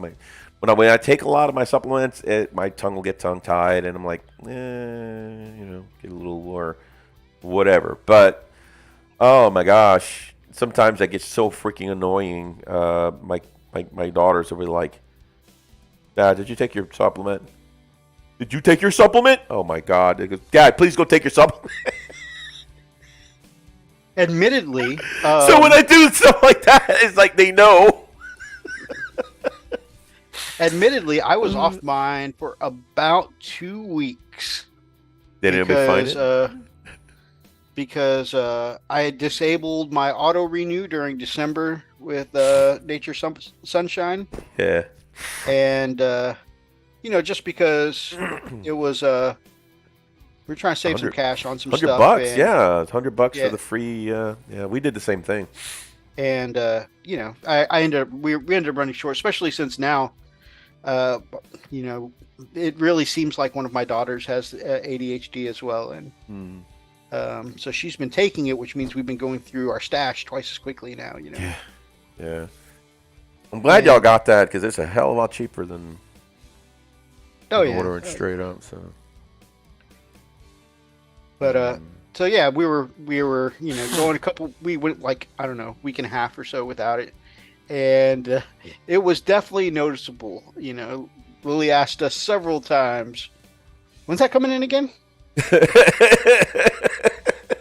We just got back on it like this past Sunday or whatever, and it's funny. She just kept asking until then. And actually, it came in Friday. It came in a few days early. So I remember I was streaming, and there was a knock at the door, and Lily went and checked. And it's here. Instead of she comes walking in, she shows me the box and goes, "Your focus attention's here." Like, make sure you do this. Hey, gorgeous. Welcome home. Oh, I get that too. It's funny because my wife will actually make sure that the box is left somewhere where it is very visible when I walk in. I mean, it's like really eye level right at the bar when I first walk in through the door from the garage. So I put my keys down and I see it. There's the box. She goes, "Something came in for you." I'm like, really? You got to be all loud about it? Just want you to know. Oh, man. I tell you what has been helping a lot is just exercise. That's, for some reason, it's kind of helped some. But, yeah, it's not the cure-all, because I learned that exercise alone does not solve that. I'm going to put that. So, yeah, that's a thing. So, I need to take my base. medicine after I get off the show tonight. Build a base. But I have gone back to exercising. Oh, awesome. Doing a little this workout this week. However, I got in a small little workout. I think 3-4 times this week. I felt pretty good, except That's weird. I got to work at making sure to exercise a little control, because I had some headaches come up with work, and then a little bit of stress, and so anyways, after my workouts I may have done a little binging. So Oh no. I need to not be an emotional eater for sure.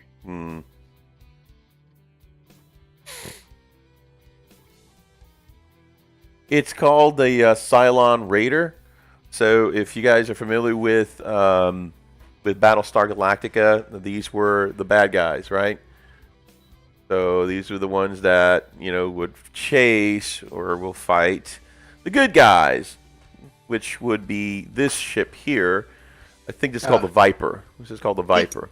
Keegan's going to be too young for that. Actually, they had the a newer version of Battlestar Galactica that had come out. No. But these were actually painted white with the red stripe. That one doesn't have Ivanovich, so that one is dead to me. So. Oh, the supplement. It's focus attention from Nature Supplement. Oh, I'm sorry. Yeah. I thought you were talking about that. Sorry. What the hell am I talking about? Methos, you're older than me. Really? Damn. Well, I thank you, sir. I don't know if that's true, but I'll take it. You'll take it. So here's the thing. Like let me fix my face here. Not that I can help. There. So I took my wife out to dinner one night, and we went to, where was it? It was the Cheesecake Factory, and I will never forget it. This is like maybe 15 years ago? Wow. About 10 years ago. Anyway, so I take her out, and we're sitting, and it's just her and I, and it's in the afternoon. Well, we got right at the time where it was early evening rather. And like all of a sudden, I noticed that the lights started dimming, because they were transitioning the dining hall from the normal day to kind of make it, light darken the lights, dimming them a little bit, make it a little more quaint. Anyway, so they did all that. I was I was cognitive of everything. I was looking at this. I was watching people go by. And all of a sudden, I hear my wife clear her throat. And she goes, "Hey!" And I'm looking dead at her. And she goes, "I've been talking to you for 5 minutes. Did you hear anything that I said?" I swear, I was like, "Oh, no, I I felt so horrible because we were there, celebrating. I think it was our birthday. Her birthday, I think. Oh man, I felt felt like crap, and so I was like, babe, I'm just gonna go and get tested because there's something wrong with me. 'Cause I've been dealing with this for so long, 40 years, man, dealing with that crap, and then so I went. My thing is that I was really concerned that I might have been, bipolar because I felt like there are times when I'd get really snappy or really moody. And it would just go from 0 to 60, right? And it was just, I just wanted to make sure there's not that. And if it is, I just need to be medicated or something. Well, I go over there and I did the diagnostics with a therapist, and she says, "Well, no, you're not bipolar, but it has very similar tendencies. The problem is that you lack dopamine. When that happens, you get more moody. You have a tendency to seclude and to try to, recover, that dopamine and recover that. You do that by isolating." I'm like, "Oh my God, get out of my head." So, she said she could write me a prescription of Adderall or some other type of drug, or I can actually try to, mitigate it and work on it holistically and find some other ways of dealing with the ADHD. I mean, technically, I'd been dealing with since I was a kid, so I knew how to kind of cope with it, but I didn't know how to manage it. So she showed me different ways to actually manage it. One was cognitive therapy, which is, when I started feeling certain ways. I had to question, okay, are these feelings, are they legit? Are they valid? Can they be justified? Why do I feel angered? Did somebody do anything? And I just have to go through all those steps, and it kind of helped me, keep from popping off on somebody for no reason. It helped me shine the light on me. It's like, oh, okay, well, apparently I'm just completely depleted. And really that happens when I'm around a lot of crowds, a lot of people, where I just kind of give of myself and just, just put a ton of emotional capital, and then by the end of the day, I'm spent. Anyway, people that are normal don't have that problem. Their normal dose of dopamine is consistently made, secreted easily by your body, by your brain. And your hormones and your serotonin. So all that is normal for people that But unfortunately, if there's a disconnect between frontal lobe, back lobe, or something like that, and the lack of dopamine, and so that's where ADHD, people have an issue because there's a connectivity problem, and so there's very limited amount of dopamine. So once that's completely depleted, we have a tendency to seclude, isolate, and, get very irritable, even to the point of like lashing out if when you try to isolate, somebody comes and tries to pull you out of that isolation, tries to pull you out of that, that safety, it's like, somebody poking a bear in a bear cave, right? That's pretty much, how it is. And so I learned all that. There was a lot of the stuff that I learned about on that. And so the one thing that we went to this holistic place nearby called Natural Nancy's, and we were just looking around, see if there's anything that I could take. The main thing is that lavender is really good for people with ADHD because it helps calm them. And the funny thing about people with no ADHD issues can't stand lavender. they don't like the smell, or they think it's too pungent, or they really don't care for it.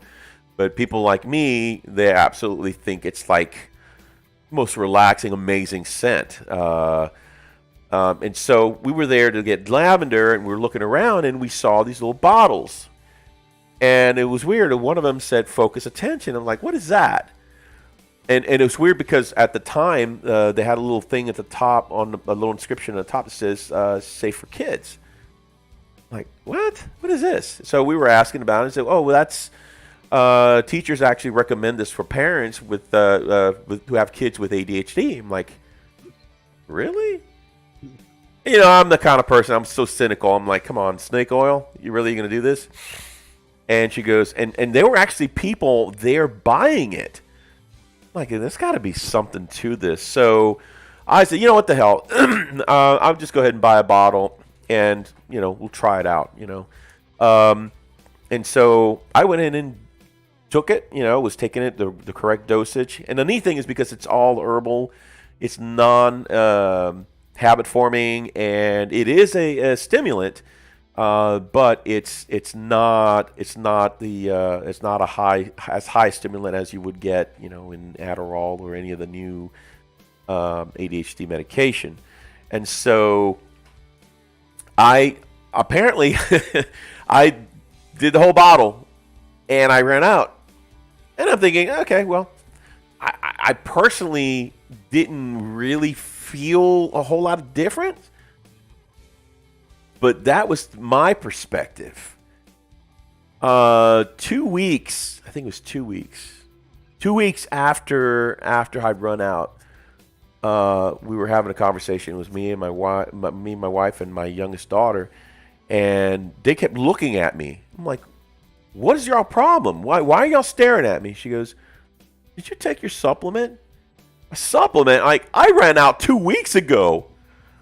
Holy crap! You thought I said something about their mom? Oh well, like, I mean, it was they both of them dragged me into the car, drove me all the way to Natural Nancy's to buy another bottle, and that's when we got onto the repeated order, so I wouldn't run out again. Oh my gosh, she says, I knew there was something off. She goes, you had been absolutely obnoxious and annoying as hell, and we figured you were. I was like, what? Nah, man, I've been fine. And so yeah, man, the whole damn time I'm thinking, hey, everything's great. What? That's just snake oil. There's nothing wrong. No. Nope, she can tell. They can tell when I'm off of that stuff. And, yeah, it's, yeah, apparently it's I'm not fun. I'm thinking I'm fun. I'm thinking I'm a great time. So. My wife has informed our friends before that the focused attention is one of the reasons why I'm still alive. So.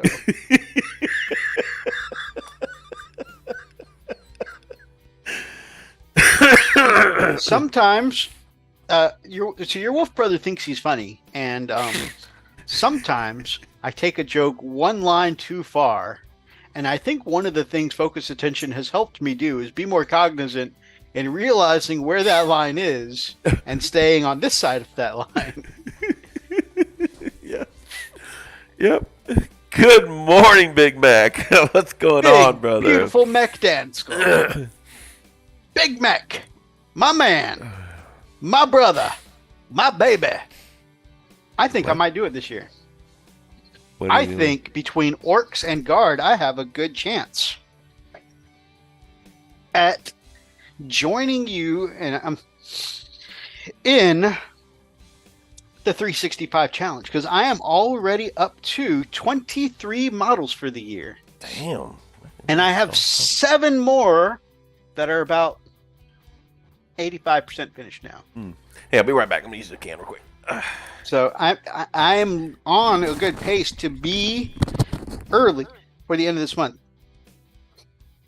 I'm thinking about joining on the 365 challenge because it is a good way.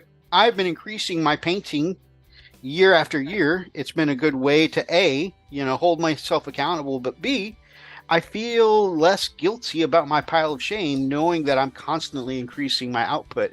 And I'm not just like, not all of them are my absolute best work. Like with the cat girls, I'm still learning. But I feel like I'm not just sacrificing. I'm putting in quality that I find acceptable, and that my work still looks better than it did before. But I've been on a steady uptick. I mean, 2018 I painted 80 something models. 2019 92 models. 111 models. 21 was 154 models. Ooh, I beat it by not by much this last year. In 2022, I had 155 models. So I've been upticking, but being that the infantry I can get done in just mass batch painting, I'm feeling like this is the year. Cat girls, you say? Oh, you want to see the cat girls? They're not my best work, but there's a race called Felinids. They're abhumans in the Imperium. They do serve the Imperium, and they do serve the Imperial Guard.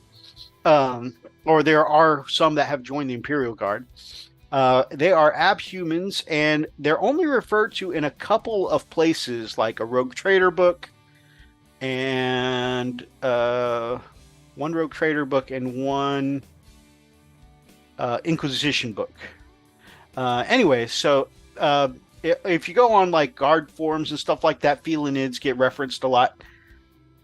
They're actually in 2 books. But of course, if you go on like guard forums and stuff like that, they talk about them all. You know, there are a good chunk of guard players who, you know, it is kind of an ongoing community joke now, but it does exist in the GW lore.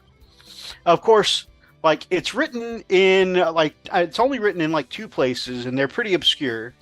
And one of the 2 is unreliable. I think it's the Rogue Trader book, because I think it's the Inquisitor. One of the 2, they do mental interrogation, and apparently years of doing mental interrogation is driving, I think, the Inquisitor a little mad. And so by the time he describes the Felinids to, you know, somebody in this document he's writing, he describes the Felinids that he met, and how he tells us a little short story of how he met them on his trip to such and such planet and stuff like that. He met a tribe and he's like, I'd heard whispers of these abhumans serving the Imperium, yada yada. Anyways, so he talks a little bit about them. Hey, Freak, could you pop my cat girls back on the screen when you get a chance? Okay. And he talks a little bit about them, but then, like, in the very next sentence, he also talks about how he's a Tau Ethereal reborn, and you know, that whatever, you know, he talks about his experience as a Tau Ethereal. And so years of performing psychic interrogations as an Inquisitor has left him a little scatterbrained. So he's a little bit of an unreliable narrator. But then there's also one of like where they're in a Rogue Trader book. Again, they're obscure references, but they exist.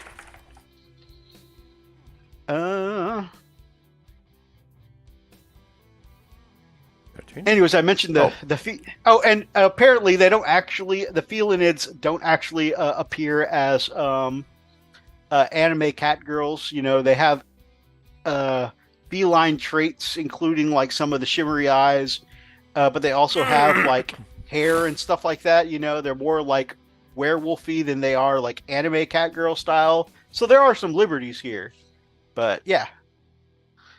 Of course, I've got them all kind of face forward, so you can't see most of their tails, and their ears are kind of small. But yeah, there's my little Felinid command squad with some swamp basing and some commander hair. I just noticed that. Oh man, puppy.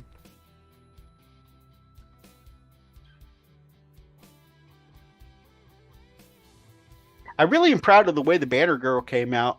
First of all, I think out of all the girls I did, I think her skin tone is the one I did the best on. And maybe the 2 gunners too. Guard uniform, they have to trim down. Yeah. It's, yeah, I have no excuse. I just like how it looks. On Etsy, there is a vendor called Resin Minotaurum. He's got a whole line of these Felinid girls.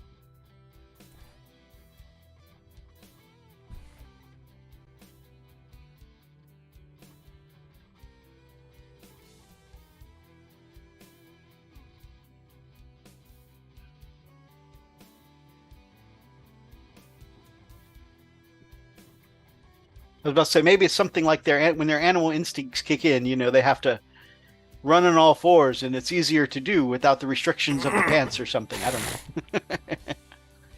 You had me at on fours. What?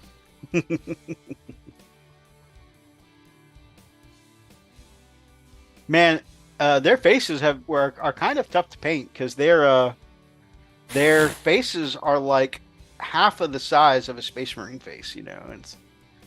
It's not a lot of surface area to work with.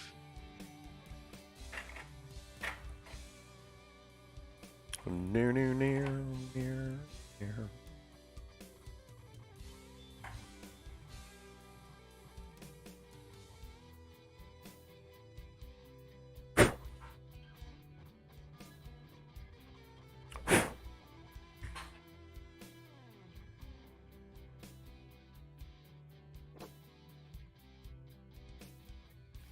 I love the barrel.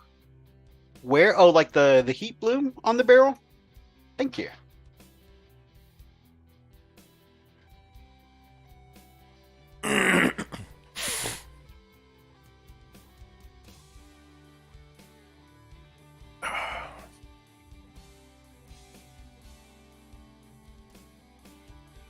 Yeah, but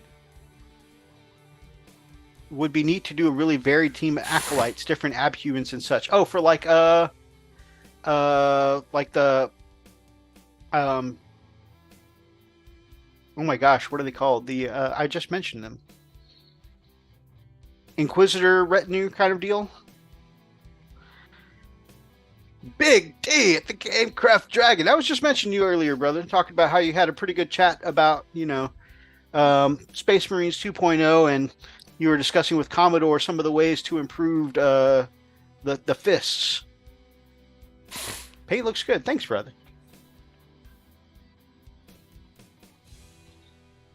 Yeah, Resin Minotaurum.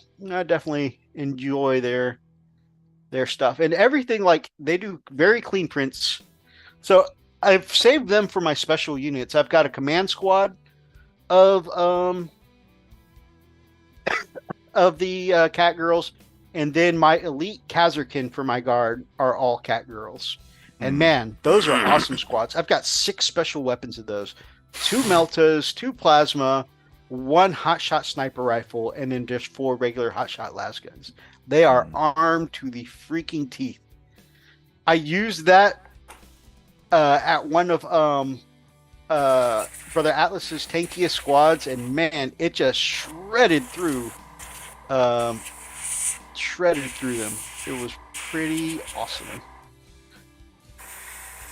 I've only used the Kazarkin in 2 games so far, but I'm really pleased with their damage output. Now they are still guardsmen in a slightly better armor save, so they will fold like wet paper if anything focuses any attention on them. Although I gotta say that slightly better armor and the fact that I can actually take a cover save against other Imperial Guard, that was actually pretty helpful because I made quite a few 4-up saves by putting them in cover. I ran them up to a fence line, where you get like +1 save if you're within an inch of a fence line or pipe cover or something like that. And so my 4-up went up to a 3-up, and I felt like a Space Marine again. Yay, I'm relevant!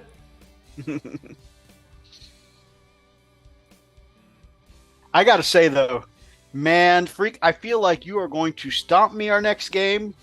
What? Because I felt bad. I rolled almost all 5s and 6s. Oh, yeah. In my when game, played in Atlas. our game. Yeah.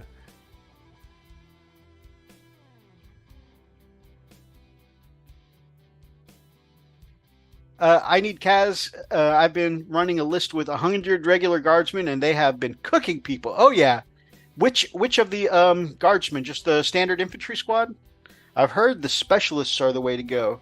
The Kriegsmen I hear are like really good for survivability, and that the extra special weapon in the Cadians are really good for just straight up damage output. I still like my heavy weapons, so I've been running 3 and 3 lately, or 3 and 4. I put a line of regular infantry on my back line, and they could be the second wave to move forward if I need to. But at the beginning of the game, they sit back on the back line and they, hit with their heavy weapons teams, hold the back objectives, and move forward later in the game if they need to. And I've been putting my Cadians up front so they can move forward with their double special weapons, and then I put the Kazarkin kind of behind them. Cadians with 2 plasmas and a sergeant with the burst gun. Oh yeah, that drum-fed auto gun is pretty nice. I mean, it is strength 3, AP 0, but of course, because if you're running born soldiers, you're fishing for 0. So I don't know why I'm showing you guys a prime black model. You're not gonna be able to see anything. I'm like, look at this black blob. Right. This kind of reminds me of when you used to show me 3D prints with that are clear. Oh, Yep, yeah. that's a cool something. Cadians with 2 plasmas. Nice. Yeah, plasma is really good. For my frontline runners, I like putting the meltas on them just for that D6 damage. Because, it'll cook a Space Marine. It'll cook a tank. They're just good. But the Kazakins are definitely good. Man, I've just been absorbing so much Morty and Glory tactics. I don't know if I've put okay, and I love my orcs. They're not as brain wrinkly as some of my other armies I play. And I was mentioning to you before, I haven't been this excited about playing an army since Yeah. It's been a minute. Since orcs. So this goes back even further. This is the most I've really gotten involved in their tactics since researching Space Marines. I don't know. I put a fair amount of research into AdMech too, just because I didn't understand them. Right. And now I don't understand them again because of the 9th edition codex. It's just different than it was before. Yay! Thanks, TW. And it's really, I know people have told me, Big D has mentioned, it's not that big of a change. It's just trying to remember now, instead of just blanket buffs for the army, I have to remember which ones are actual AdMech and which ones are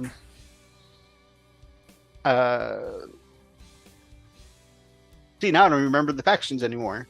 Oh my gosh. Yeah. Hey, good night, Keegan, brother. But yeah, basically the 2 Skitari, that's it. Which ones are Skitari, which ones are AdMech, and who gets what buffs and who gets what blessings. And it is maybe a minor change, but compared to before when I could just remember blanket buffs for the whole team instead of 2 separate sets, I'm just like, my brain can't remember that. So, of course, what do? I'll just start 2 new armies since AdMech. Oh, man, I can't remember AdMech anymore. Let's learn Orcs and AdMech, Astra Militarum.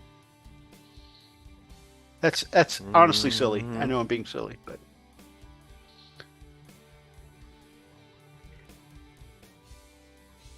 being silly is who I am. Damn it.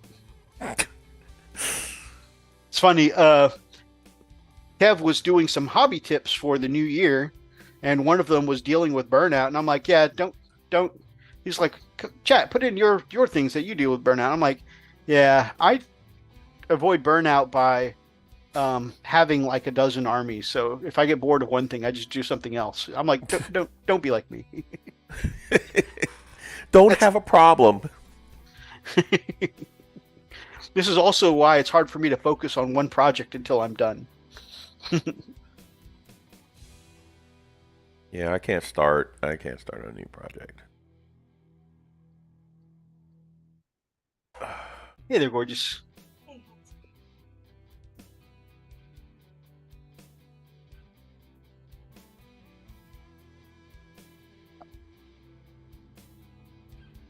All right, we're gonna put some black enamel wash on our melters now. Make them look a little dirtier.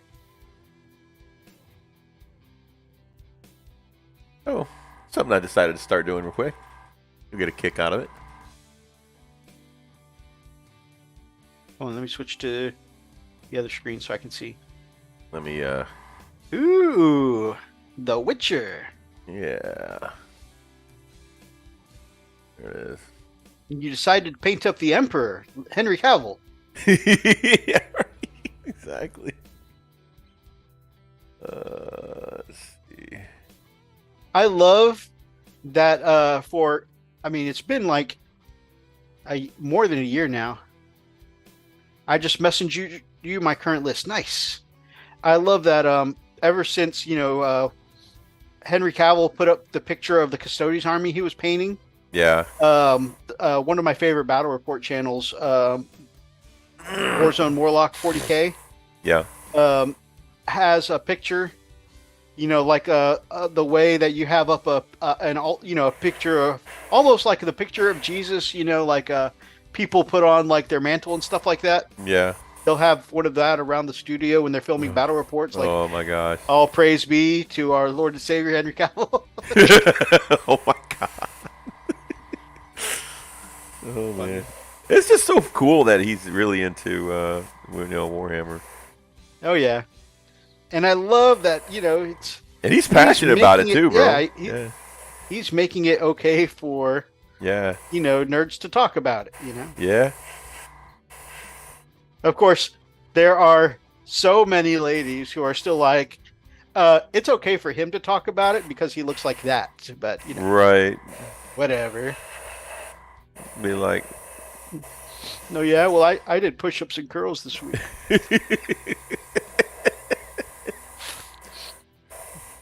Got to start somewhere.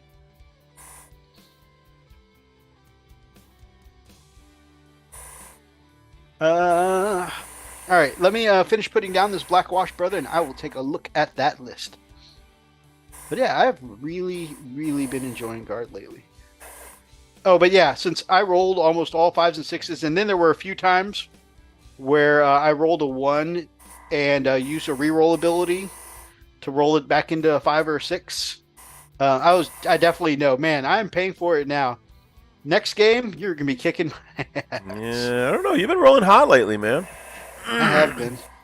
Although I also paid for it the next day on Overwatch because the next day I was playing Mystery Heroes on Overwatch and man, I think I only went positive one game the whole day. Oh wow, really? Oh man, it was a rough day of games. I just got spanked the whole day. It's not always bad. Although in general, I do feel like I'm getting better at the game. But yeah, it was just a rough day. All right. Mr. Weathering Color, multi-black, done for now. So I've noticed, I've got a couple different enamel washes. If I want that more like weathered, rustic black wash look, I go for the Mr. Weathering multi-black.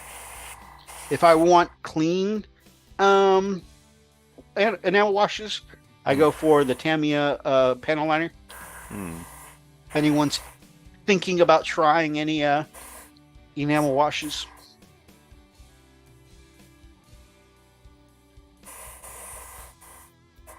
All right, 1995. Katie Squad, Plasma, Vox Sergeants, and that's 1, 2, 3, 4, 5, 6, 7, 8, 9, 10, 100 bodies, all built the same way. Plasma, Vox, and a Sergeant with the Tommy gun. Very nice. 2 command squads, Cadian command squads with a medic, with the banner, sniper. Oh, it's a sniper. You went with the sniper in command squad. And a plasma and power fist. Nice. If you are going so far as to take a medic, have you heard of the Dreadnought strategy?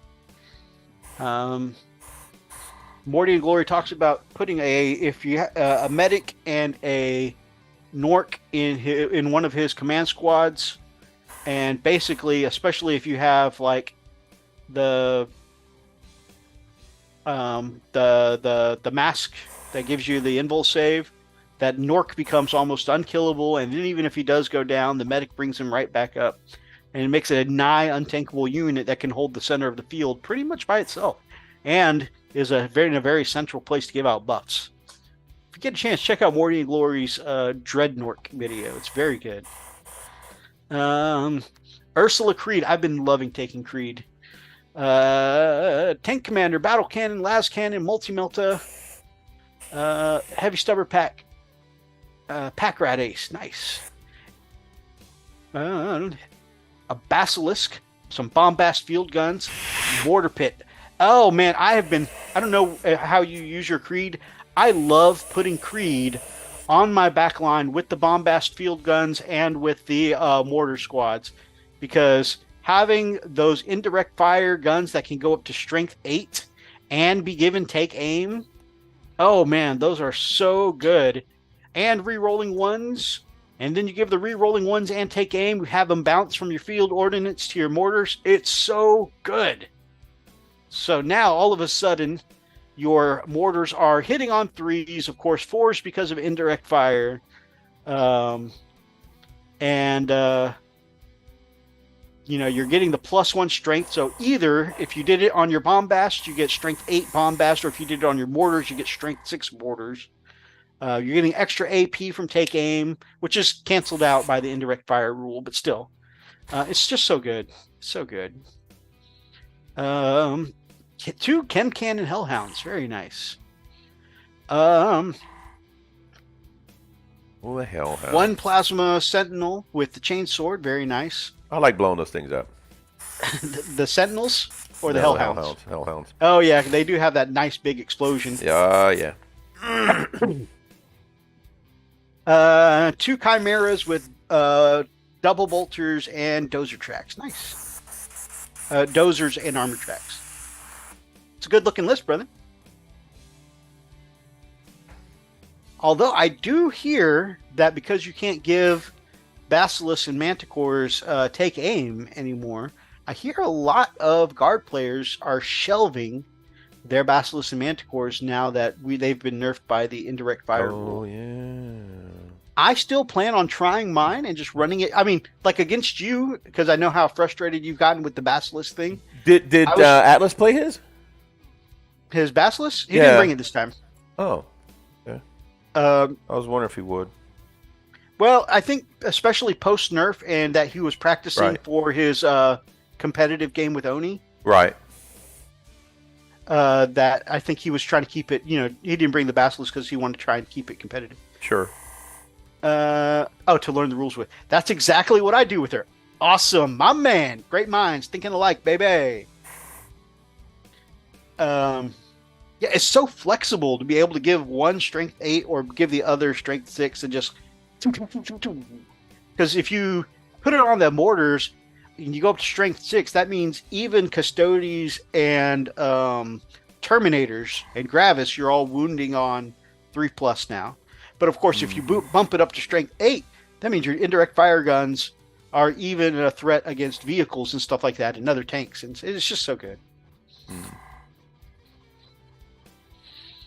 The Hellhounds are interesting because they my brother Atlas has been having some mixed success with them, but they overall have just felt really kind of fragile. But basically the thing is for them is they're only like 40 to 50 points cheaper than a Russ. So it's one of those things that if you can't fit in a Russ, they're a great budget choice instead of putting in another Russ, but it's almost always better if you can even get in just a stock, no upgrades, bare bones Russ to have another turret weapon in. But it's still, I mean, like it's definitely usable. It's just not as good as it used to be. I think it's not even that it's not as good anymore. It's probably performing about the same. It's just so much of the Guard Codex now is performing better than it used to. And being that I think that the Hellhounds perform about the same, they're just kind of being left a little further back. The chemical guns are way better than the flamer guns, for sure, absolutely. and the armor tracks makes them more durable. That's fair. Especially, I mean, armored tracks I think are very specific because damage 1 guns that are going to be pointed at a vehicle, not as common. But I definitely get the point. Assault cannons, maybe. Of course, if you're stacking that with ablative plating and you're reducing damage by 1, then suddenly all the damage 2 weapons like Custodes weapons or autocannons or heavy bolters become damage 1, which then procs the armored tracks. And so then you're getting the extra save. So I guess stacking it with ablative plating, then the armored tracks make it very good. And the chemical guns definitely are way better than the flamer guns.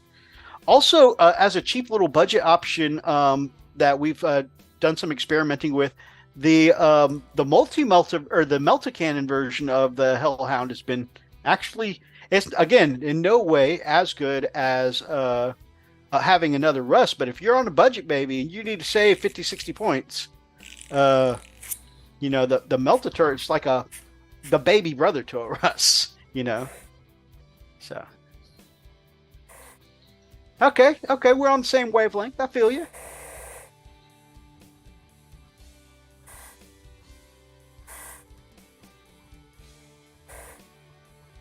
Well, brother, I see you are back in your painting groove. So I'm going to get back to painting, but if you get to a point where you're getting tired, you need to call it a night, you let me know, okay? Yeah, we'll do, man.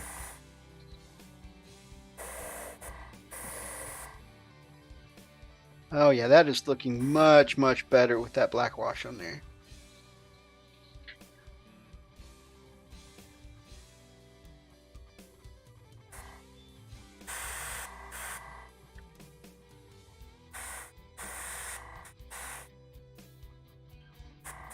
Oh, man, I'm sorry, Big Mac. I didn't realize I missed your message. First of all, I was mentioning how much I'd painted, that I was doing more guard and more orcs, and that would be enough, I think, to keep me going on this momentum. And I said, yeah, increasing my painting output makes me feel less bad about my purchases.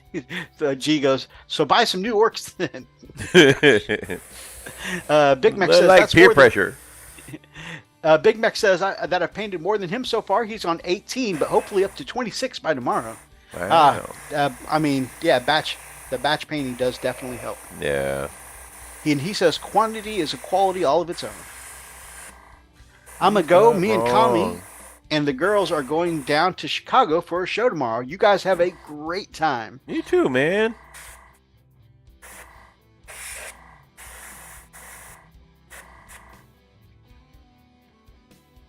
What was I doing? Oh, yeah. So I do 3 different washes on these guys. And I think letting the wet stuff dry and whatnot, that's been the big slowdown on these. Because I think overall, I'm getting to a point where I can batch these out pretty quickly. They're so much smaller than Space Marines, There's not, and of course, just the sculpt is more simplistic, especially like the new GW Cadians that they just came out with this box are like highly detailed. And I think if I were doing the new Cadians as opposed to these Dreamforge or Wargames Atlantic miniatures, that this would be taking me much longer to paint. But I'm actually pleased. I think they look pretty, like a pretty good result. And even without doing as much on them. And I think the real slowdown here is doing the 3 washes, but they all do something different for me, Like I need the I put on first the contrast, a glaze of contrast ethermatic blue and a bunch of medium, so that way I can put some of the blue tones back into the Wa flesh and into the orc colors, because the orc colors are kind of a slightly blue green. And then I do a watered down what Kenny says, the ancient Chinese technique. I do the dark tone with the medium in it to overall just add darken it back down and add some shading in, and then Yep. I put some gloss wash to pin wash the recesses Love it. to pop those textures back out. You take it to an 11, you could drop it down to a 10. So, is it a little excessive doing 3 washes? Maybe, but again, I feel like each of the 3 are doing their own job. Is it weird for me to think that I think Kenny should be the next Batman? Just saying. Huh? Kenny should be the next Batman? Yeah. Yes. Imagine him doing the whole spiel. That would be awesome. I would love to hear him do the Batman voice. Right? Especially He just has to talk himself, just normal, because he does the Batman voice already. Especially now that we've lost Kevin Conroy, Yeah. So Freak, you've been in the van lately. Did you gather any more orphans? For the Orphan Fight Club. Yeah, they're hard to come by now. We have to change, change bait. I'm just saying. Yeah. Candy in the van don't work anymore. Just saying. I said none of them want candy anymore. Now they all want new iPhones. Right? I'm like, man, y'all are expensive little bastards. Oh yeah. Just...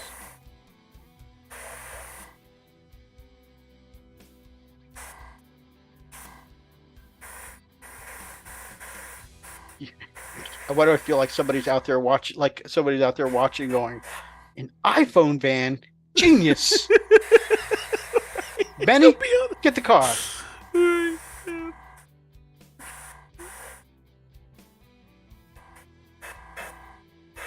A stream of kidnappings have been witnessed and noticed here at the city, and we haven't had a sex spot in a couple weeks. oh, just one came up. Oh, hey, how about that? Look at that. You taking care of it? Yep. Okay. Yeah, man. I thought was thinking, hey, you know what? They don't like us anymore.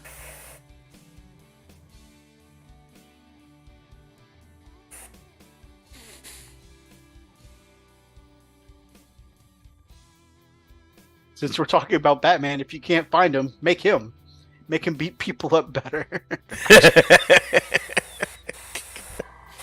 This is what I've been waiting for. G is here for our Orphan Fight Club discussion. Or sex bots, just depending on how. Or sex bots. Yeah, one of the two. Yeah.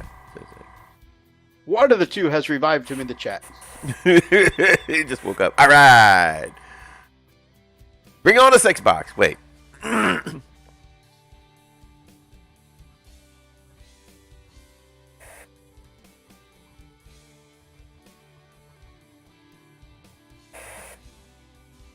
Oh, he didn't say hot girls are here, finally. Freak, I don't know if I ever told you, but Big Mac did it. He finished his 365 last year. Are you serious? Yeah. He painted a mini for every day last year. Yeah, bloody hell. Big Mac's a beast too, man. Oh, yeah.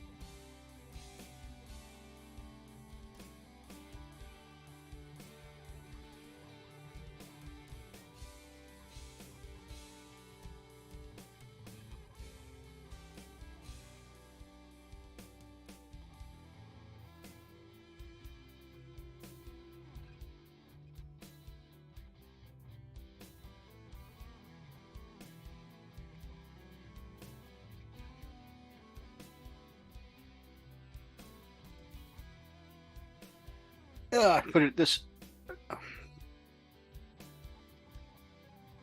I got a couple areas where I'd hit it a little too hard. I may have to go back and paint over some areas. But that's what a cleanup stage is for. Yes, sir.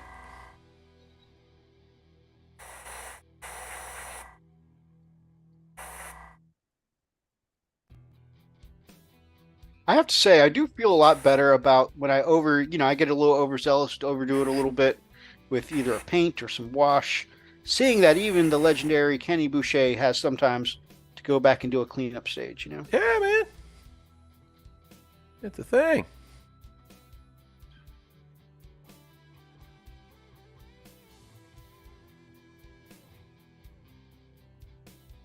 Okay, this is going to be black. That needs to be. 365 was the year before. I only painted less than 20 models last year. What? Has it been a whole year since 360? You got to be messing with me. You got to be messing with me. I guess you have been missing from Twitch a while. Oh my gosh, I'm missing a whole year.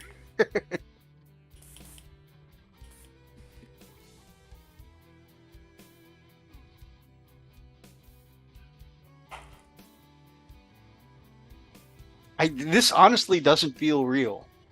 20 models last year? God, I feel like it was just yesterday you did the 365 challenge.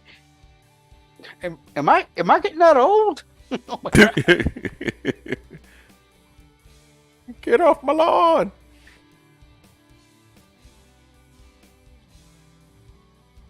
Oh, never mind. It was just a cat.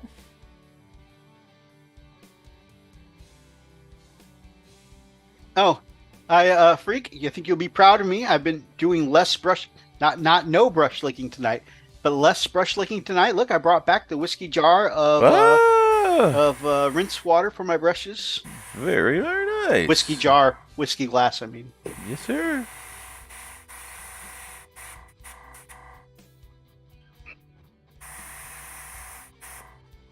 Yeah, I had to repurpose my whiskey glass since I can't do the whiskey no more.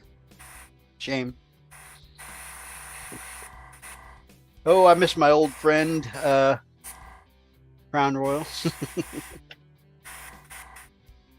Slightly off topic, Methos, have you seen the Kemi Omega entrance for New Japan? It's to Sephiroth's theme. I have not. Ooh, I definitely have to check that out, though.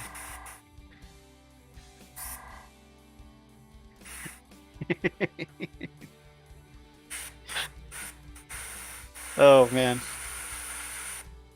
So G just posted a picture saying or showing that the reason why the AT-ATs are so easy to trip is because the front and back legs are just two guys on big stilts.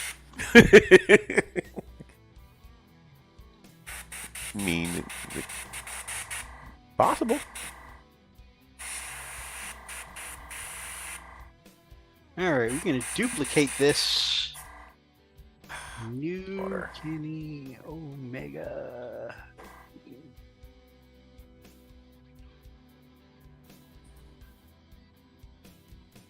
Line business.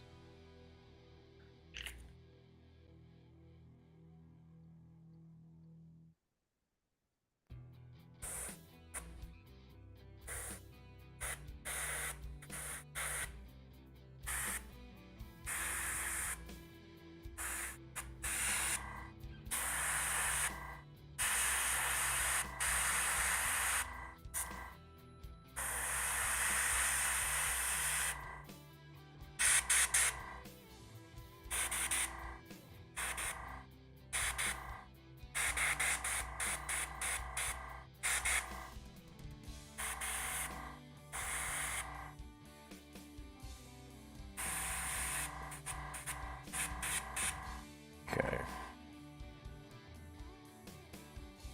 And now, singles titles. He is A2 time. The ever overweight six-man tag. He had the longest reign of wrestler of the year. The wrestler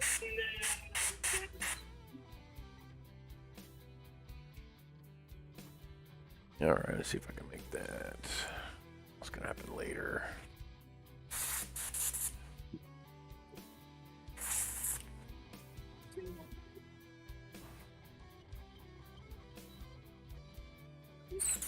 Oh, he's got the coat and everything.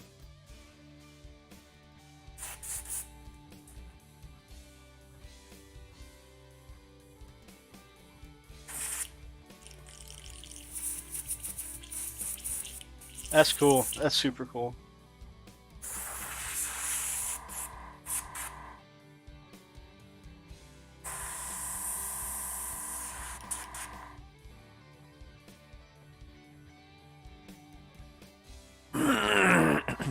Okay, this will be interesting.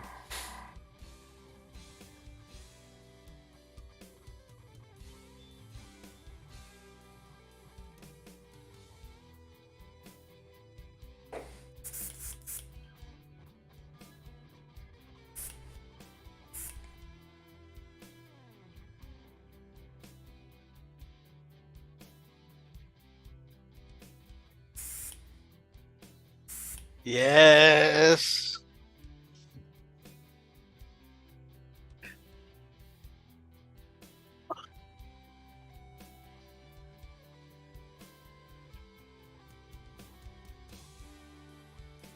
Gonna work.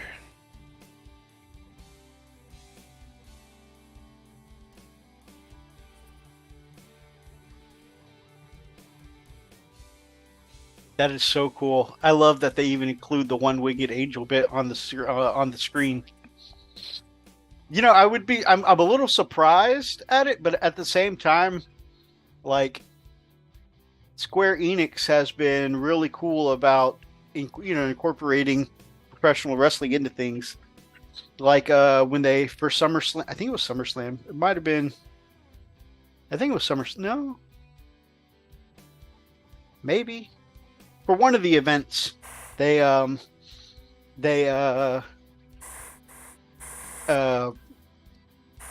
sponsored the New Day and had them all dress up as Final Fantasy 14 classes, which was pretty cool.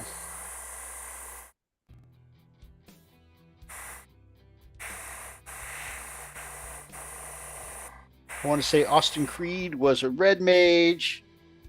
I think I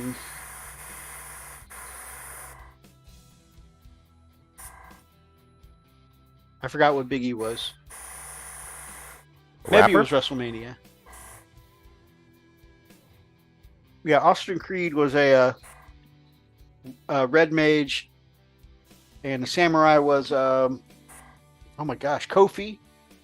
And I forgot what Big E was, but yeah. So yeah, they've been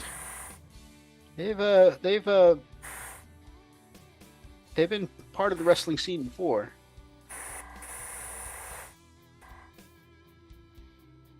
That's pretty cool though. Some Final Fantasy love in wrestling.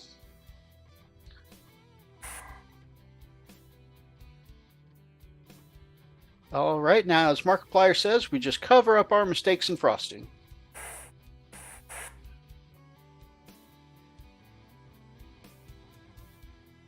Man, it's such a ghostly face. I love it. Whew. So creepy. What face? It's such a ghostly face. Wow. Oh, nice. Yeah, let me see if I can. Very cool looking. Come on. Focus your moron. There it goes. I'm doing my layers here. Ta-ta-ta.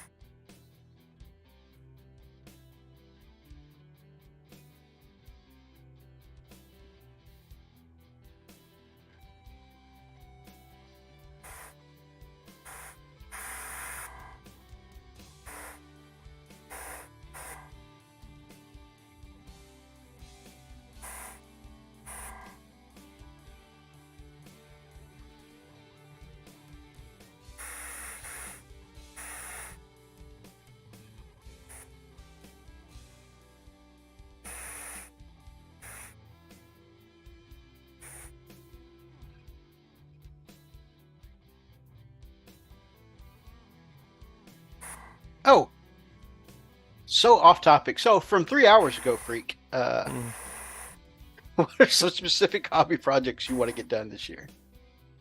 Some specific painting projects. I know you said you wanted to do orcs and you want to do Templars. Is there something specific you're looking forward to painting?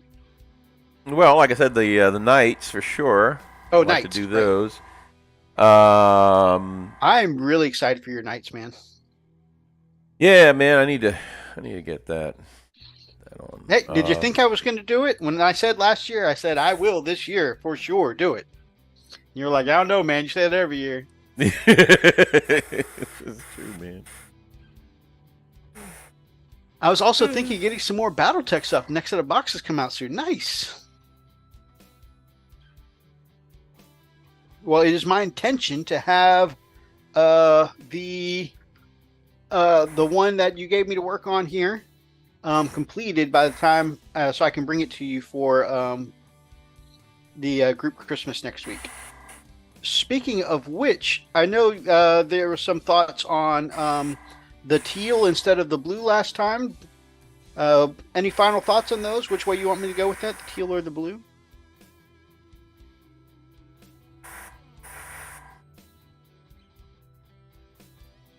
What? I was talking to Roxas Oh, okay. on this model I'm doing for him. Gotcha.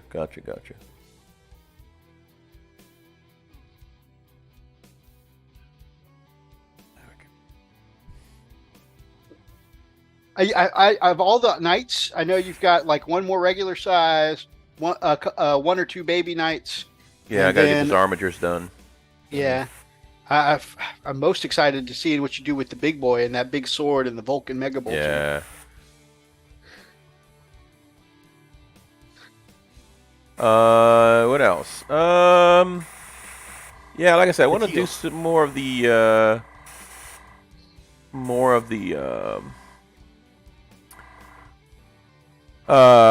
Horse Heresy stuff. I'm gonna knock some of that stuff out. So that's gonna be so cool. That Imperial Fist dude with the Mohawk and the Thundercat sword, I think is gonna look real good in your Imperial Fist colors. Oh man, yeah. The Praetor. I mean, we've seen what GW's painter guys can do with, the Imperial Fist colors on him, but I mean, come on. We got the guy here who paints Imperial Fists. Thank you, Brother Roxas. Yeah, we will definitely do the teal.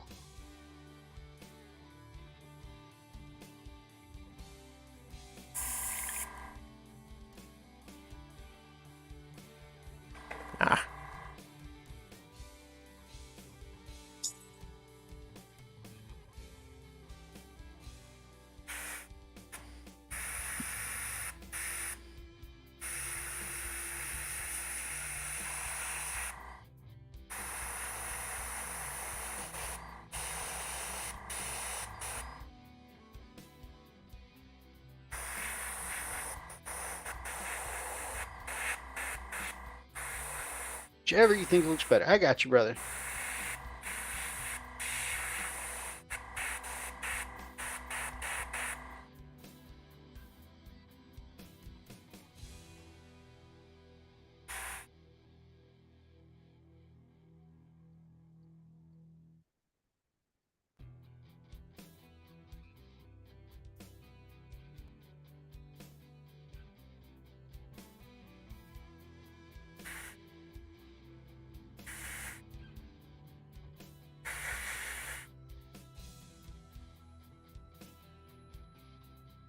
Yeah, ideally, I've got I've start on Garrett's Grandmaster Voldish sitting in front of me. I've got the silvers and the reds down, and I've got the primer gray, and then I also put the base coat of black, and also onto the plate areas that are going to be metallic for the BattleTech guy here, and I'm going to bring both of those so I can give them to y'all at a group Christmas next week.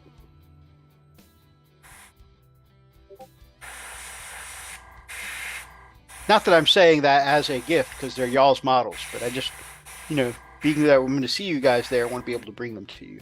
Be like a hostage situation, you know. Merry Christmas! It's your stuff. Look, I'm gonna put this stuff down here, and I'm gonna walk away slowly. What's wrong with him?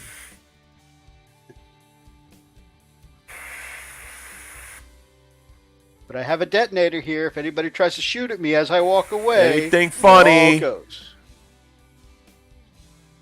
Now I spilled oil all over it. You wouldn't dare.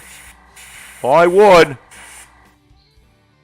Can you afford Not to on find out? purpose either. So just saying.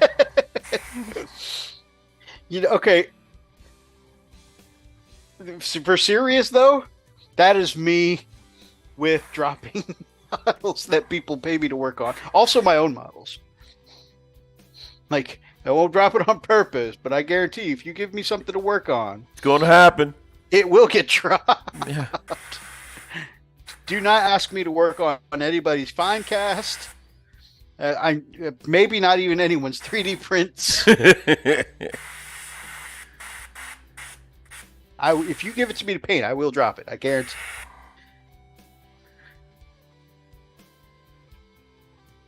It's like the guarantee you get at the Men's Warehouse when you go shopping. I guarantee. it. Who brings a detonator to a Christmas party? Oh, you know. Apparently me. Apparently I bring a detonator attached to known oil. It's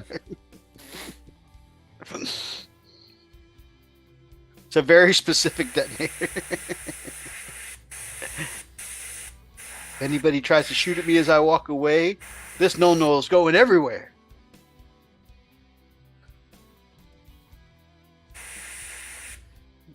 I'm a hobbyist on the edge. But chill, man. Get another plate of turkey. Oh, thanks, man. Here's the Snickers. Oh. You're not you when you're hungry. Half the group raises. Who brings a detonator to a Christmas party? And half the group raises their hand.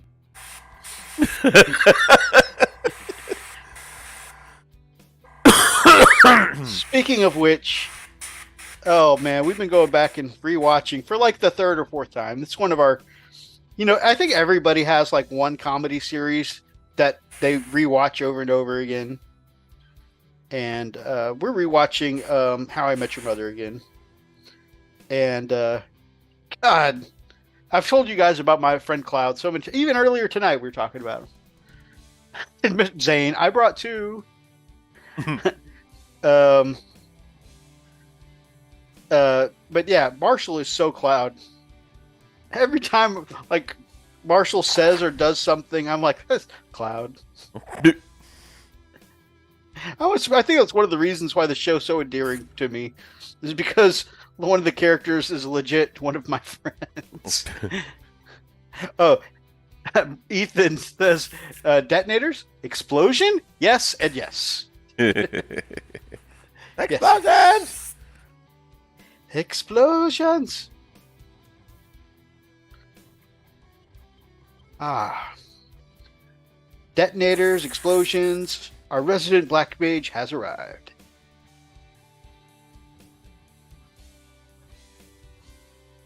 Huh. Speaking of which, I meant to talk to Steve about tomorrow if he wants to jump into our Discord. I haven't talked to him as much this week. I should reach out and talk to that guy.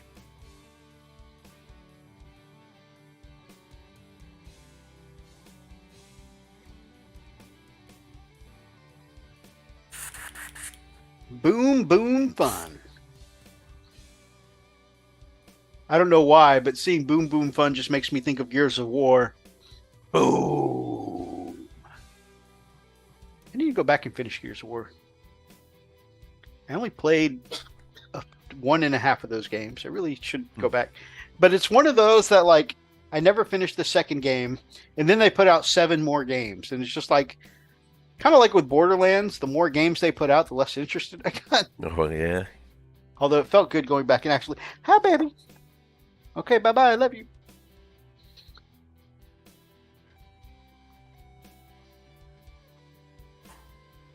I don't know why, but it always pleases me when my dog comes over to check on me when I'm hobbying.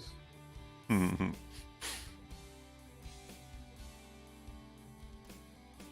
She'll come over, she'll wag, she'll sniff, investigate.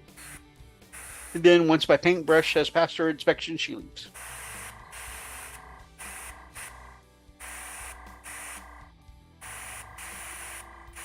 She'll sniff me, she sniffs the brush. Okay, all clear.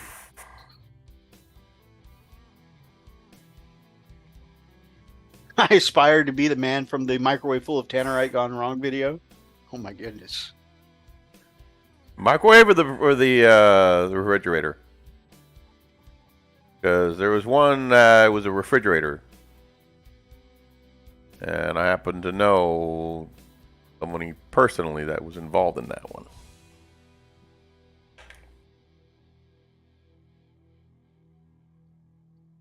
Was that also a gone wrong situation?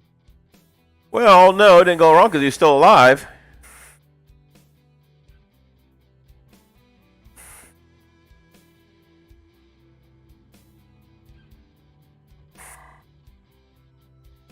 Still alive. Still got his fingers and toes and all.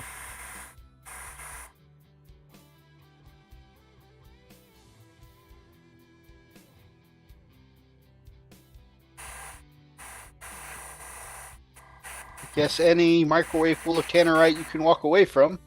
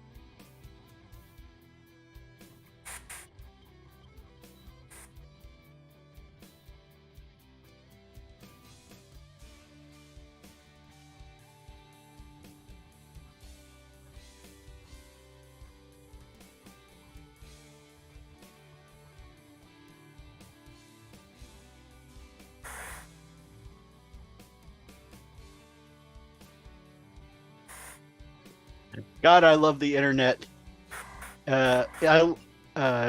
Internet plus legally purchasable civilian explosives, best entertainment.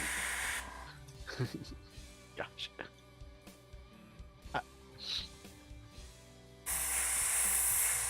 To answer your question, he said there are many such videos. Oh, yeah, that's true. There really are. There's one that refrigerator goes flying.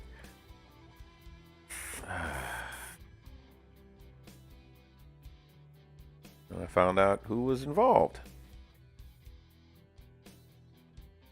And I said to myself, I am not surprised.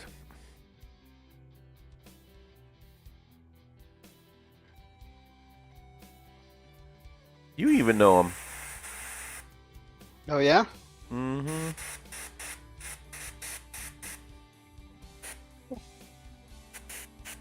Well, now when we go off the air, you gotta tell me. Oh, I'll give you a good guess. He loves my Space Wolves. I was about to say. Mm-hmm. Actually, I was gonna guess the middle one. Nah.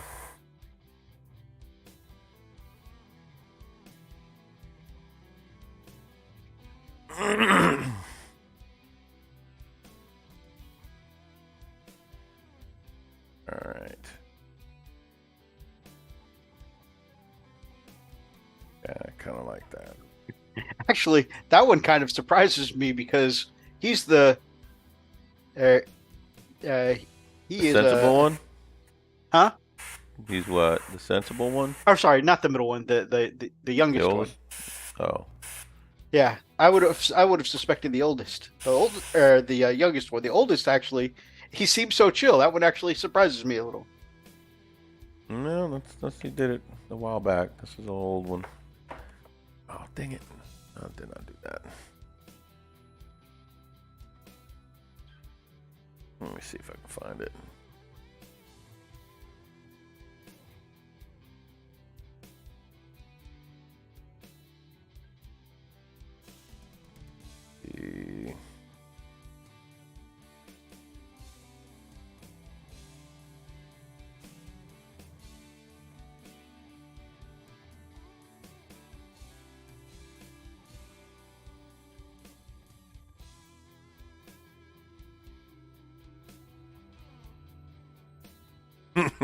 Yeah, this is the one.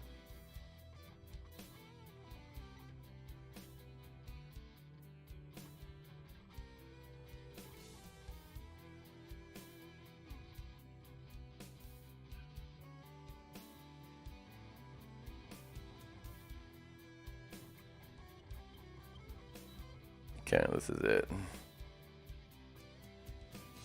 Remember, kiddos, place your explosives on top or under if you want to stand dangerously close. Putting it aside sends what is around it outwards in all directions very fast. Fair, fair.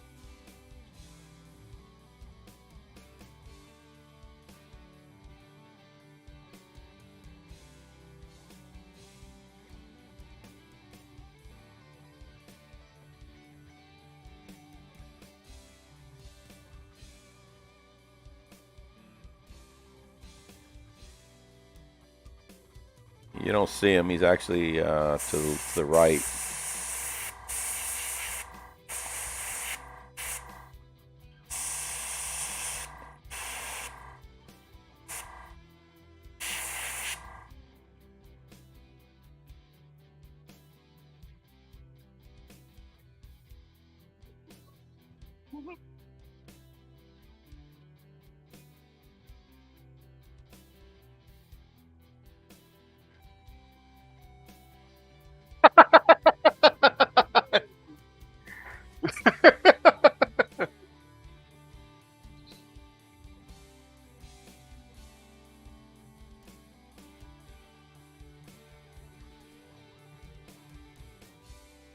Yeah. I think it was 3 or 4 guys. I'm sorry, what? They said it was like 3 or 4 guys that were there, and then they packed that thing full of tannerite.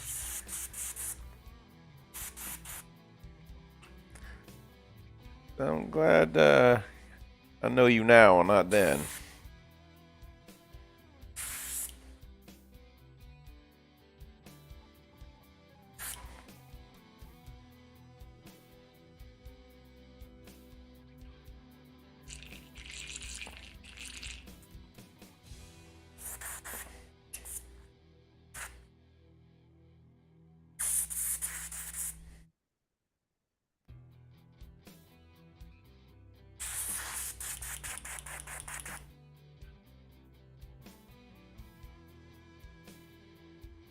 It's true.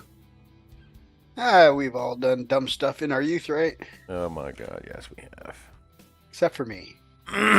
Yeah, except for you. The patron saint of The innocence. patron saint of bullshit. What? Wow. Wow. Wow.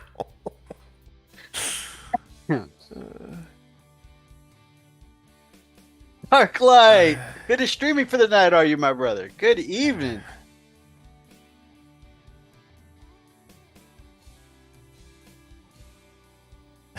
What's going on, man?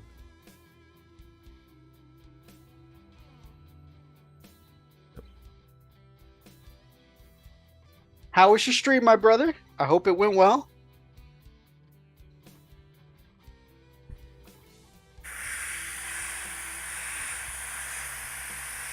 Just finished Crisis Core.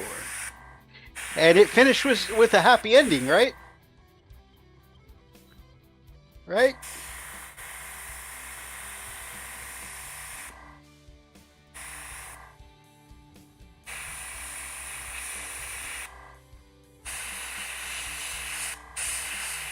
For those who don't know, he just finished a game that is the prequel to Final Fantasy VII.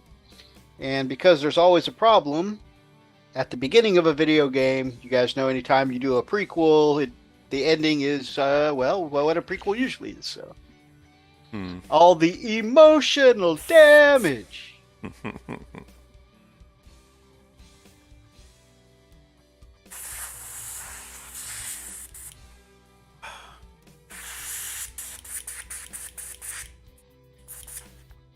All right, let me see if this will work.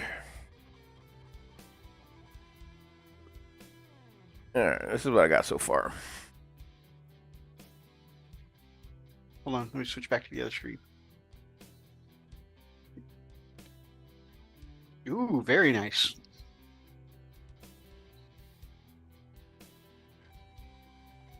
Okay, so are you layering lighter to darker? No, darker to lighter. Oh, darker to lighter. Okay, you started with kind of a. You had said it was a ghostly kind of color at first. And No, so... originally, yeah, I went with a dark. I with a dark like an umber, and then I went. I've got two tones here. I've got the Vallejo flat flesh, which is a darker one. That's this guy here. Kind of gives a little orangey kind of skin tonish, and then I use basic skin tone, which is a little brighter. And that's what I used to kind of highlight. And then I'm going to go back and I'm going to put a little more of the blush tones and then spray over again.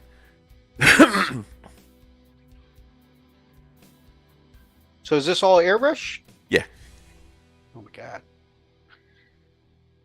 Yeah, I'm going to see if I can beautiful airbrush work. if I can do the hair. That's going to be the challenge. Cuz I don't want the hair to look, stupid. Darklight says darker to lighter. Nice, I approve. You might even call it a dark light paint job.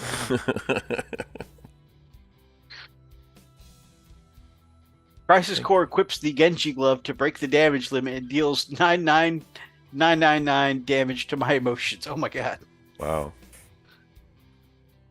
Okay.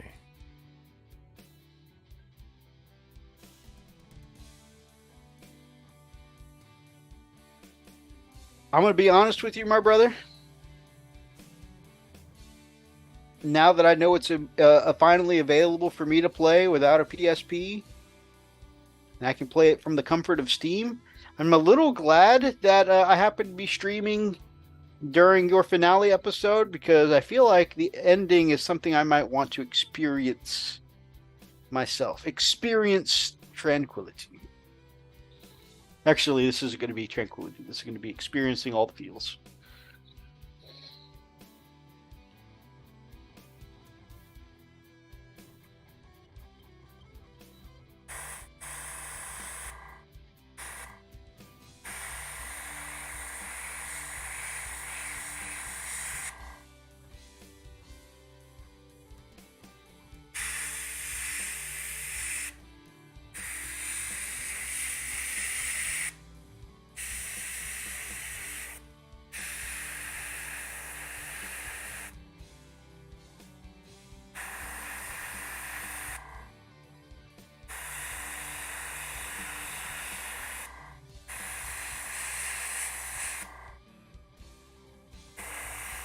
So much better, definitely worth picking up. Plus, the graphics are A++.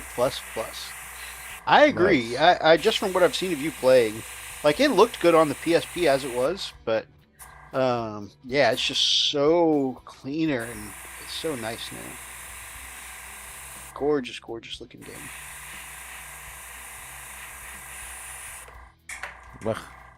Yeah. And also being what a warm and vibrant personality Zach is. And don't get me wrong, I love Cloud. I love the original Final Fantasy VII. I mean, that game was my entire heart as a child. But, and Sephiroth makes my pants feel funny. I think that's a very common reaction, brother.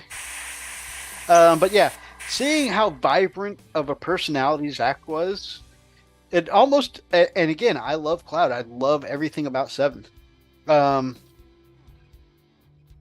Don't you almost feel a little bit robbed knowing that Zach is the hero that we could have had as the protagonist in 7? It's like, I feel like I lost a little something.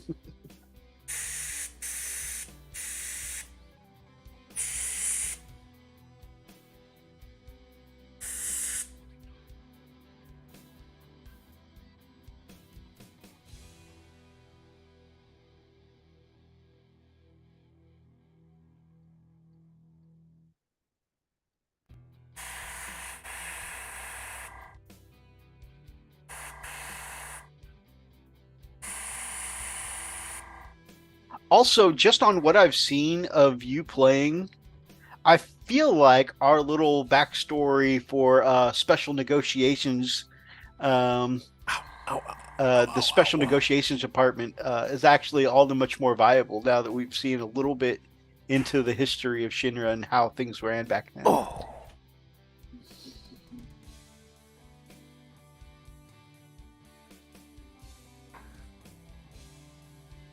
Corporate takeover. Shinra wants to take over another company. They won't sign over. I love seeing Young Cloud too, back when he still had like hopes and dreams and stuff. That's a good point. That's a good point. I did get to see him, but I'm looking forward to seeing that during my playthrough.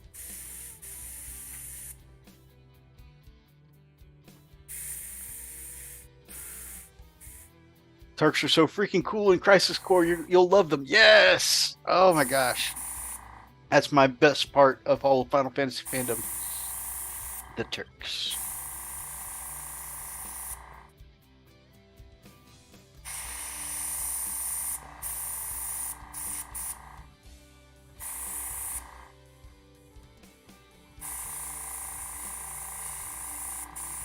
After cleaning up these shoulder pads, that actually wasn't so bad.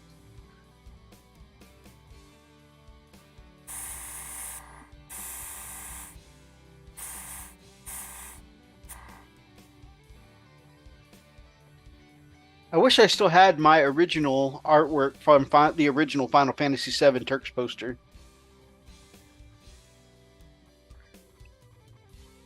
It's one of the things I think got lost in so many freaking moves. Hmm.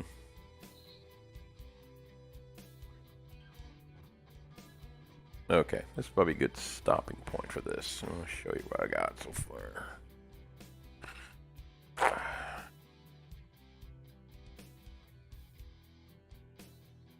Actually, I can just get the camera on. Dump that.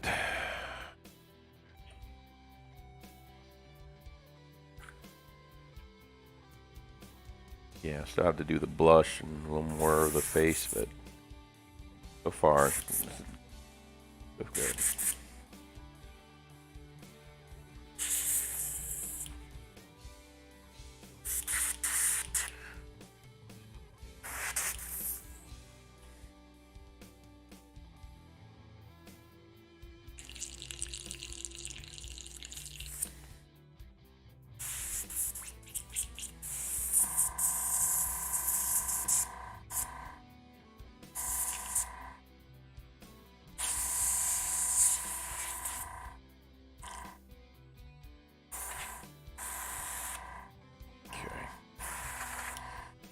Alright, let me take some pics real quick and throw them on there. Again, I just wanted to see how I could do with this with the airbrush.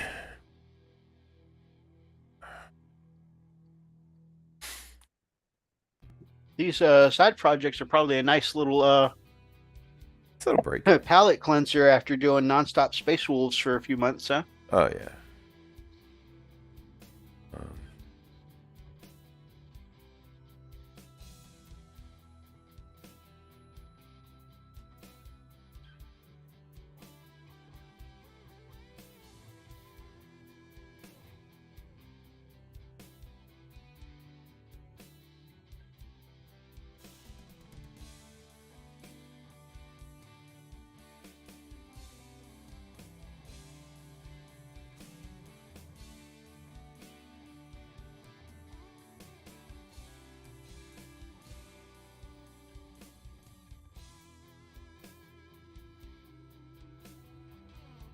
All right.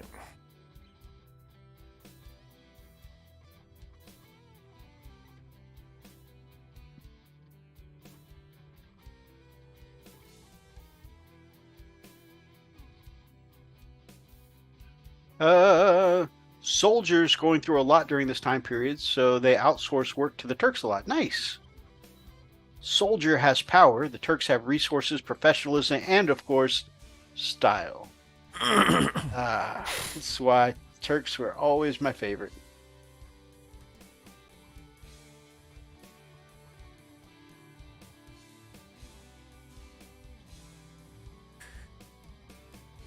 All right, let's see. Of the week.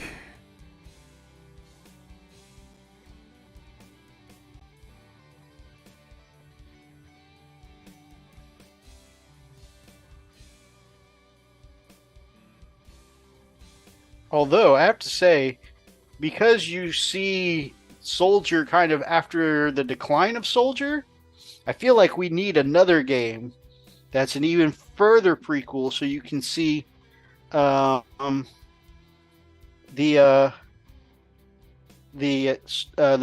Soldier in their prime. Just like with Kingdom Hearts, although it was a mobile game, you've got the original Saga, which is Sora and Friends. But then you've got like the prequel games where it's like Aqua and Friends. But then you've got like the super prequel where it's like the old school Keyblade Masters and the Keyblade Wars and all that stuff. I think that kind of same thing applied to Final Fantasy VII, and Soldier would be really cool. Like Soldier at the height of their power.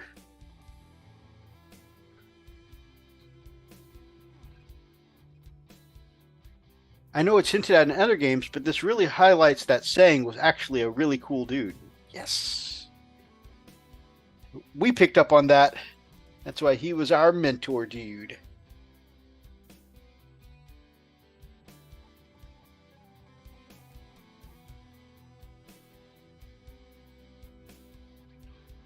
There you have it.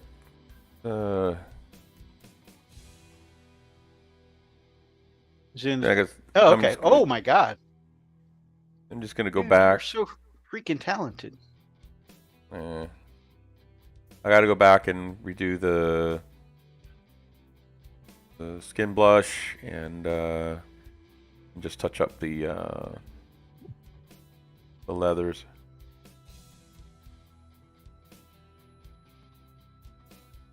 Yeah, I'm gonna darken like underneath the chin, like in the neck area.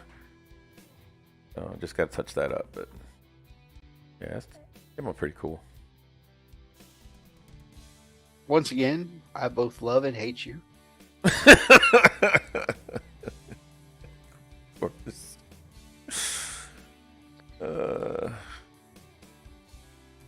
Oh man. Geralt of Riveria, is that you? Yes, that's exactly who he's painting.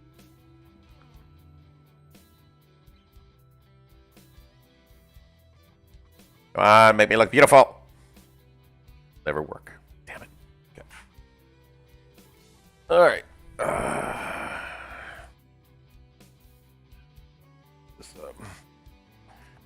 Okay, I just need to finish this bit of glazing onto this gun here. It's a little bit stark. Put this up. Brushing it a little bit, but Pick that up. Pick that up. Put that up. There we go.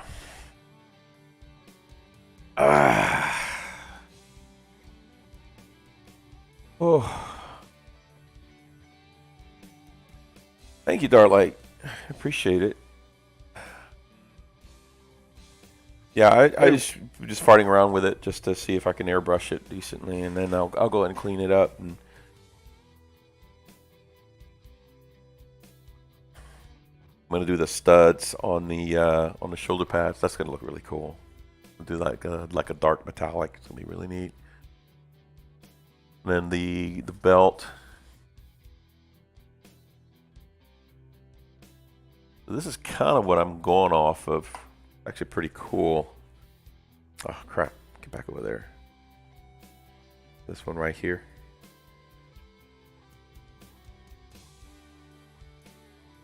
I like that.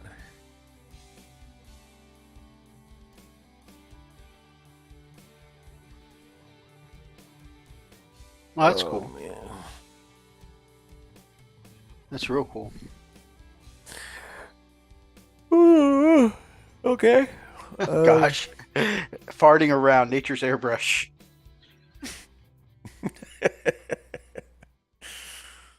Where's my... Oh, all right, guys. This has been a fun little painting chat. I have gotten actually quite a bit done. Both of these guys were just bog stag, just at the primer level when I started tonight. I've gotten some base coats down. on both of these guys. I've got these 7 dudes. I put a bunch of washes on them. Started on the heat bloom. Spent a lot of time on cleanup, but Clean up an aisle 3. but Oh, very nice. oh yeah, there we go. Actually, I zoomed in. Man, Yeah, shoulder pads are looking camera better. loves you. Yeah, I've noticed the zoom in has been working a little better since I moved to this camera. Uh-huh. So that's why I did it just for a couple of some stuff I was doing over here, and I was like, I'm gonna leave it here. But yeah, so I got 7 of these guys. They are getting close to being done. Finished the heat bloom. I think I need to paint the canisters on the side of the melted gun red.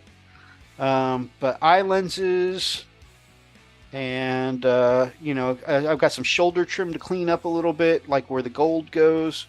But other than that, these guys are mostly ready to start basing soon. So, I mean, that's going to be in 1 week knocking out, what did I say earlier, 15 models or something like that, plus another 7. That's going to be like 20 models in a week. Damn. They are simple sculpts and, just little guard guys, but I'm pretty stoked. It's See if I can busy. keep this momentum going. Yeah. Yeah, man. Yep, I got to get, like I said, I got to get the old pen, pad and stuff and start writing stuff down because I want to, once I write it down, I'm kind of commit myself, so.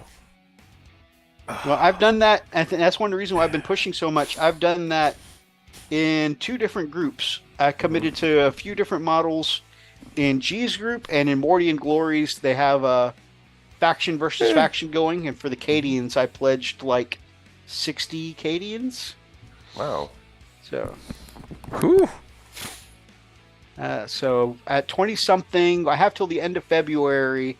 At 20-something, I think I'm moving at a pretty good pace. So,